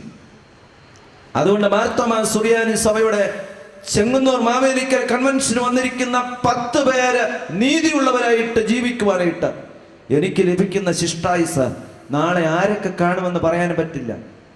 ഞാൻ നാളെ കാണുമെന്ന് ദൈവത്തിനെ അറിയത്തുള്ളൂ. ആരെക്കുറിച്ച് ഒന്നും പറയുവാനും മേലാത്ത സാഹചര്യം എനിക്ക് ജീവിക്കുമ്പോൾ നന്നായിട്ട് ജീവിക്കുവാനായിട്ട് കഴിയണം. കൊച്ചു മനുഷ്യത്തിയായ മദർ തെരേസ ഇന്ന് ലോകം ആദരിക്കുന്നതിൻ്റെ കാരണം അവരുടെ സമ്പത്ത് കണ്ടിട്ടല്ല, അവരുടെ കഴിവ് കണ്ടിട്ടല്ല, അവരുടെ സൗന്ദര്യം കണ്ടിട്ടല്ല. കൊച്ചു മനുഷ്യത്തിയായ സ്ത്രീ, അവരെ ലോകം ആദരിച്ചു. അവരുടെ ശവസംസ്കാര ചടങ്ങിന് ലോകത്തുള്ള നേതാക്കന്മാർ മുഴുവൻ, പല രാജ്യത്തിന്റെ പ്രസിഡന്റുമാരും പ്രധാനമന്ത്രിമാരും കടന്നു വന്നത് അവരുടെ സൗന്ദര്യവും അവരുടെ സമ്പത്തും കണ്ടിട്ടല്ല പ്രിയമുള്ളവരെ. അതുകൊണ്ട് ദൈവത്തെ അറിയുന്ന നല്ല ക്രൈസ്തവ ദൗത്യവും ക്രൈസ്തവ സാക്ഷ്യമുള്ള ഒരു സമൂഹമായി തീരുവാനായിട്ട് ഇന്ന് രാത്രികാലം ഈ കൺവെൻഷന്റെ അവസാനത്തെ ദിവസം ഇതിനു മുമ്പ് കേട്ടതായ തിരുവചനം നിങ്ങളുടെ ഉള്ളിൽ മാറ്റിക്കൊള്ളുവാനായിട്ട്, ഇന്ന് കേട്ടതായ തിരുവചനം നിങ്ങളെ മാറ്റിമറിച്ച് ദൈവത്തെ ഉൾക്കൊള്ളുന്ന, ദൈവത്തെ കാണുന്ന ദൈവിക ദർശനവും പ്രകാശത്തിന്റെ മക്കളുമായി തീരുവാൻ, ആ പ്രകാശത്തിൽ കൂടെ അനേകം പേര്, ആ വെളിച്ചത്തിൽ കൂടെ നിങ്ങളാകുന്ന ആ വ്യക്തിയിൽ കൂടെ ക്രിസ്തുവാകുന്ന വെളിച്ചത്തെ കാണുവാനായിട്ട് അനേകം ക്രൈസ്തവർക്കും അനേകം മറ്റ് സമൂഹത്തിലുള്ളവർക്കും ഇടയായിത്തീരട്ടെ എന്ന് ആത്മാർത്ഥമായി പ്രാർത്ഥിച്ചുകൊണ്ട് എനിക്കിതിന് അവസരം തന്ന അഭിനന്ദ തിരുമേനിയോടും ഇതിൻ്റെ സംഘാടകരോടും ഭദ്രാസന കൗൺസിൽ അംഗങ്ങളോടും എന്നെ ഇത്രയും നേരം ശ്രവിച്ച അല്പസമയം മുന്നോട്ട് പോയി എന്നെ ക്ഷമിക്കണം എന്ന് അഭ്യർത്ഥിച്ചുകൊണ്ട് ഞാൻ എൻ്റെ വാക്കുകളെ ചുരുക്കട്ടെ. ദൈവ തിരുനാമം മഹത്വപ്പെടട്ടെ.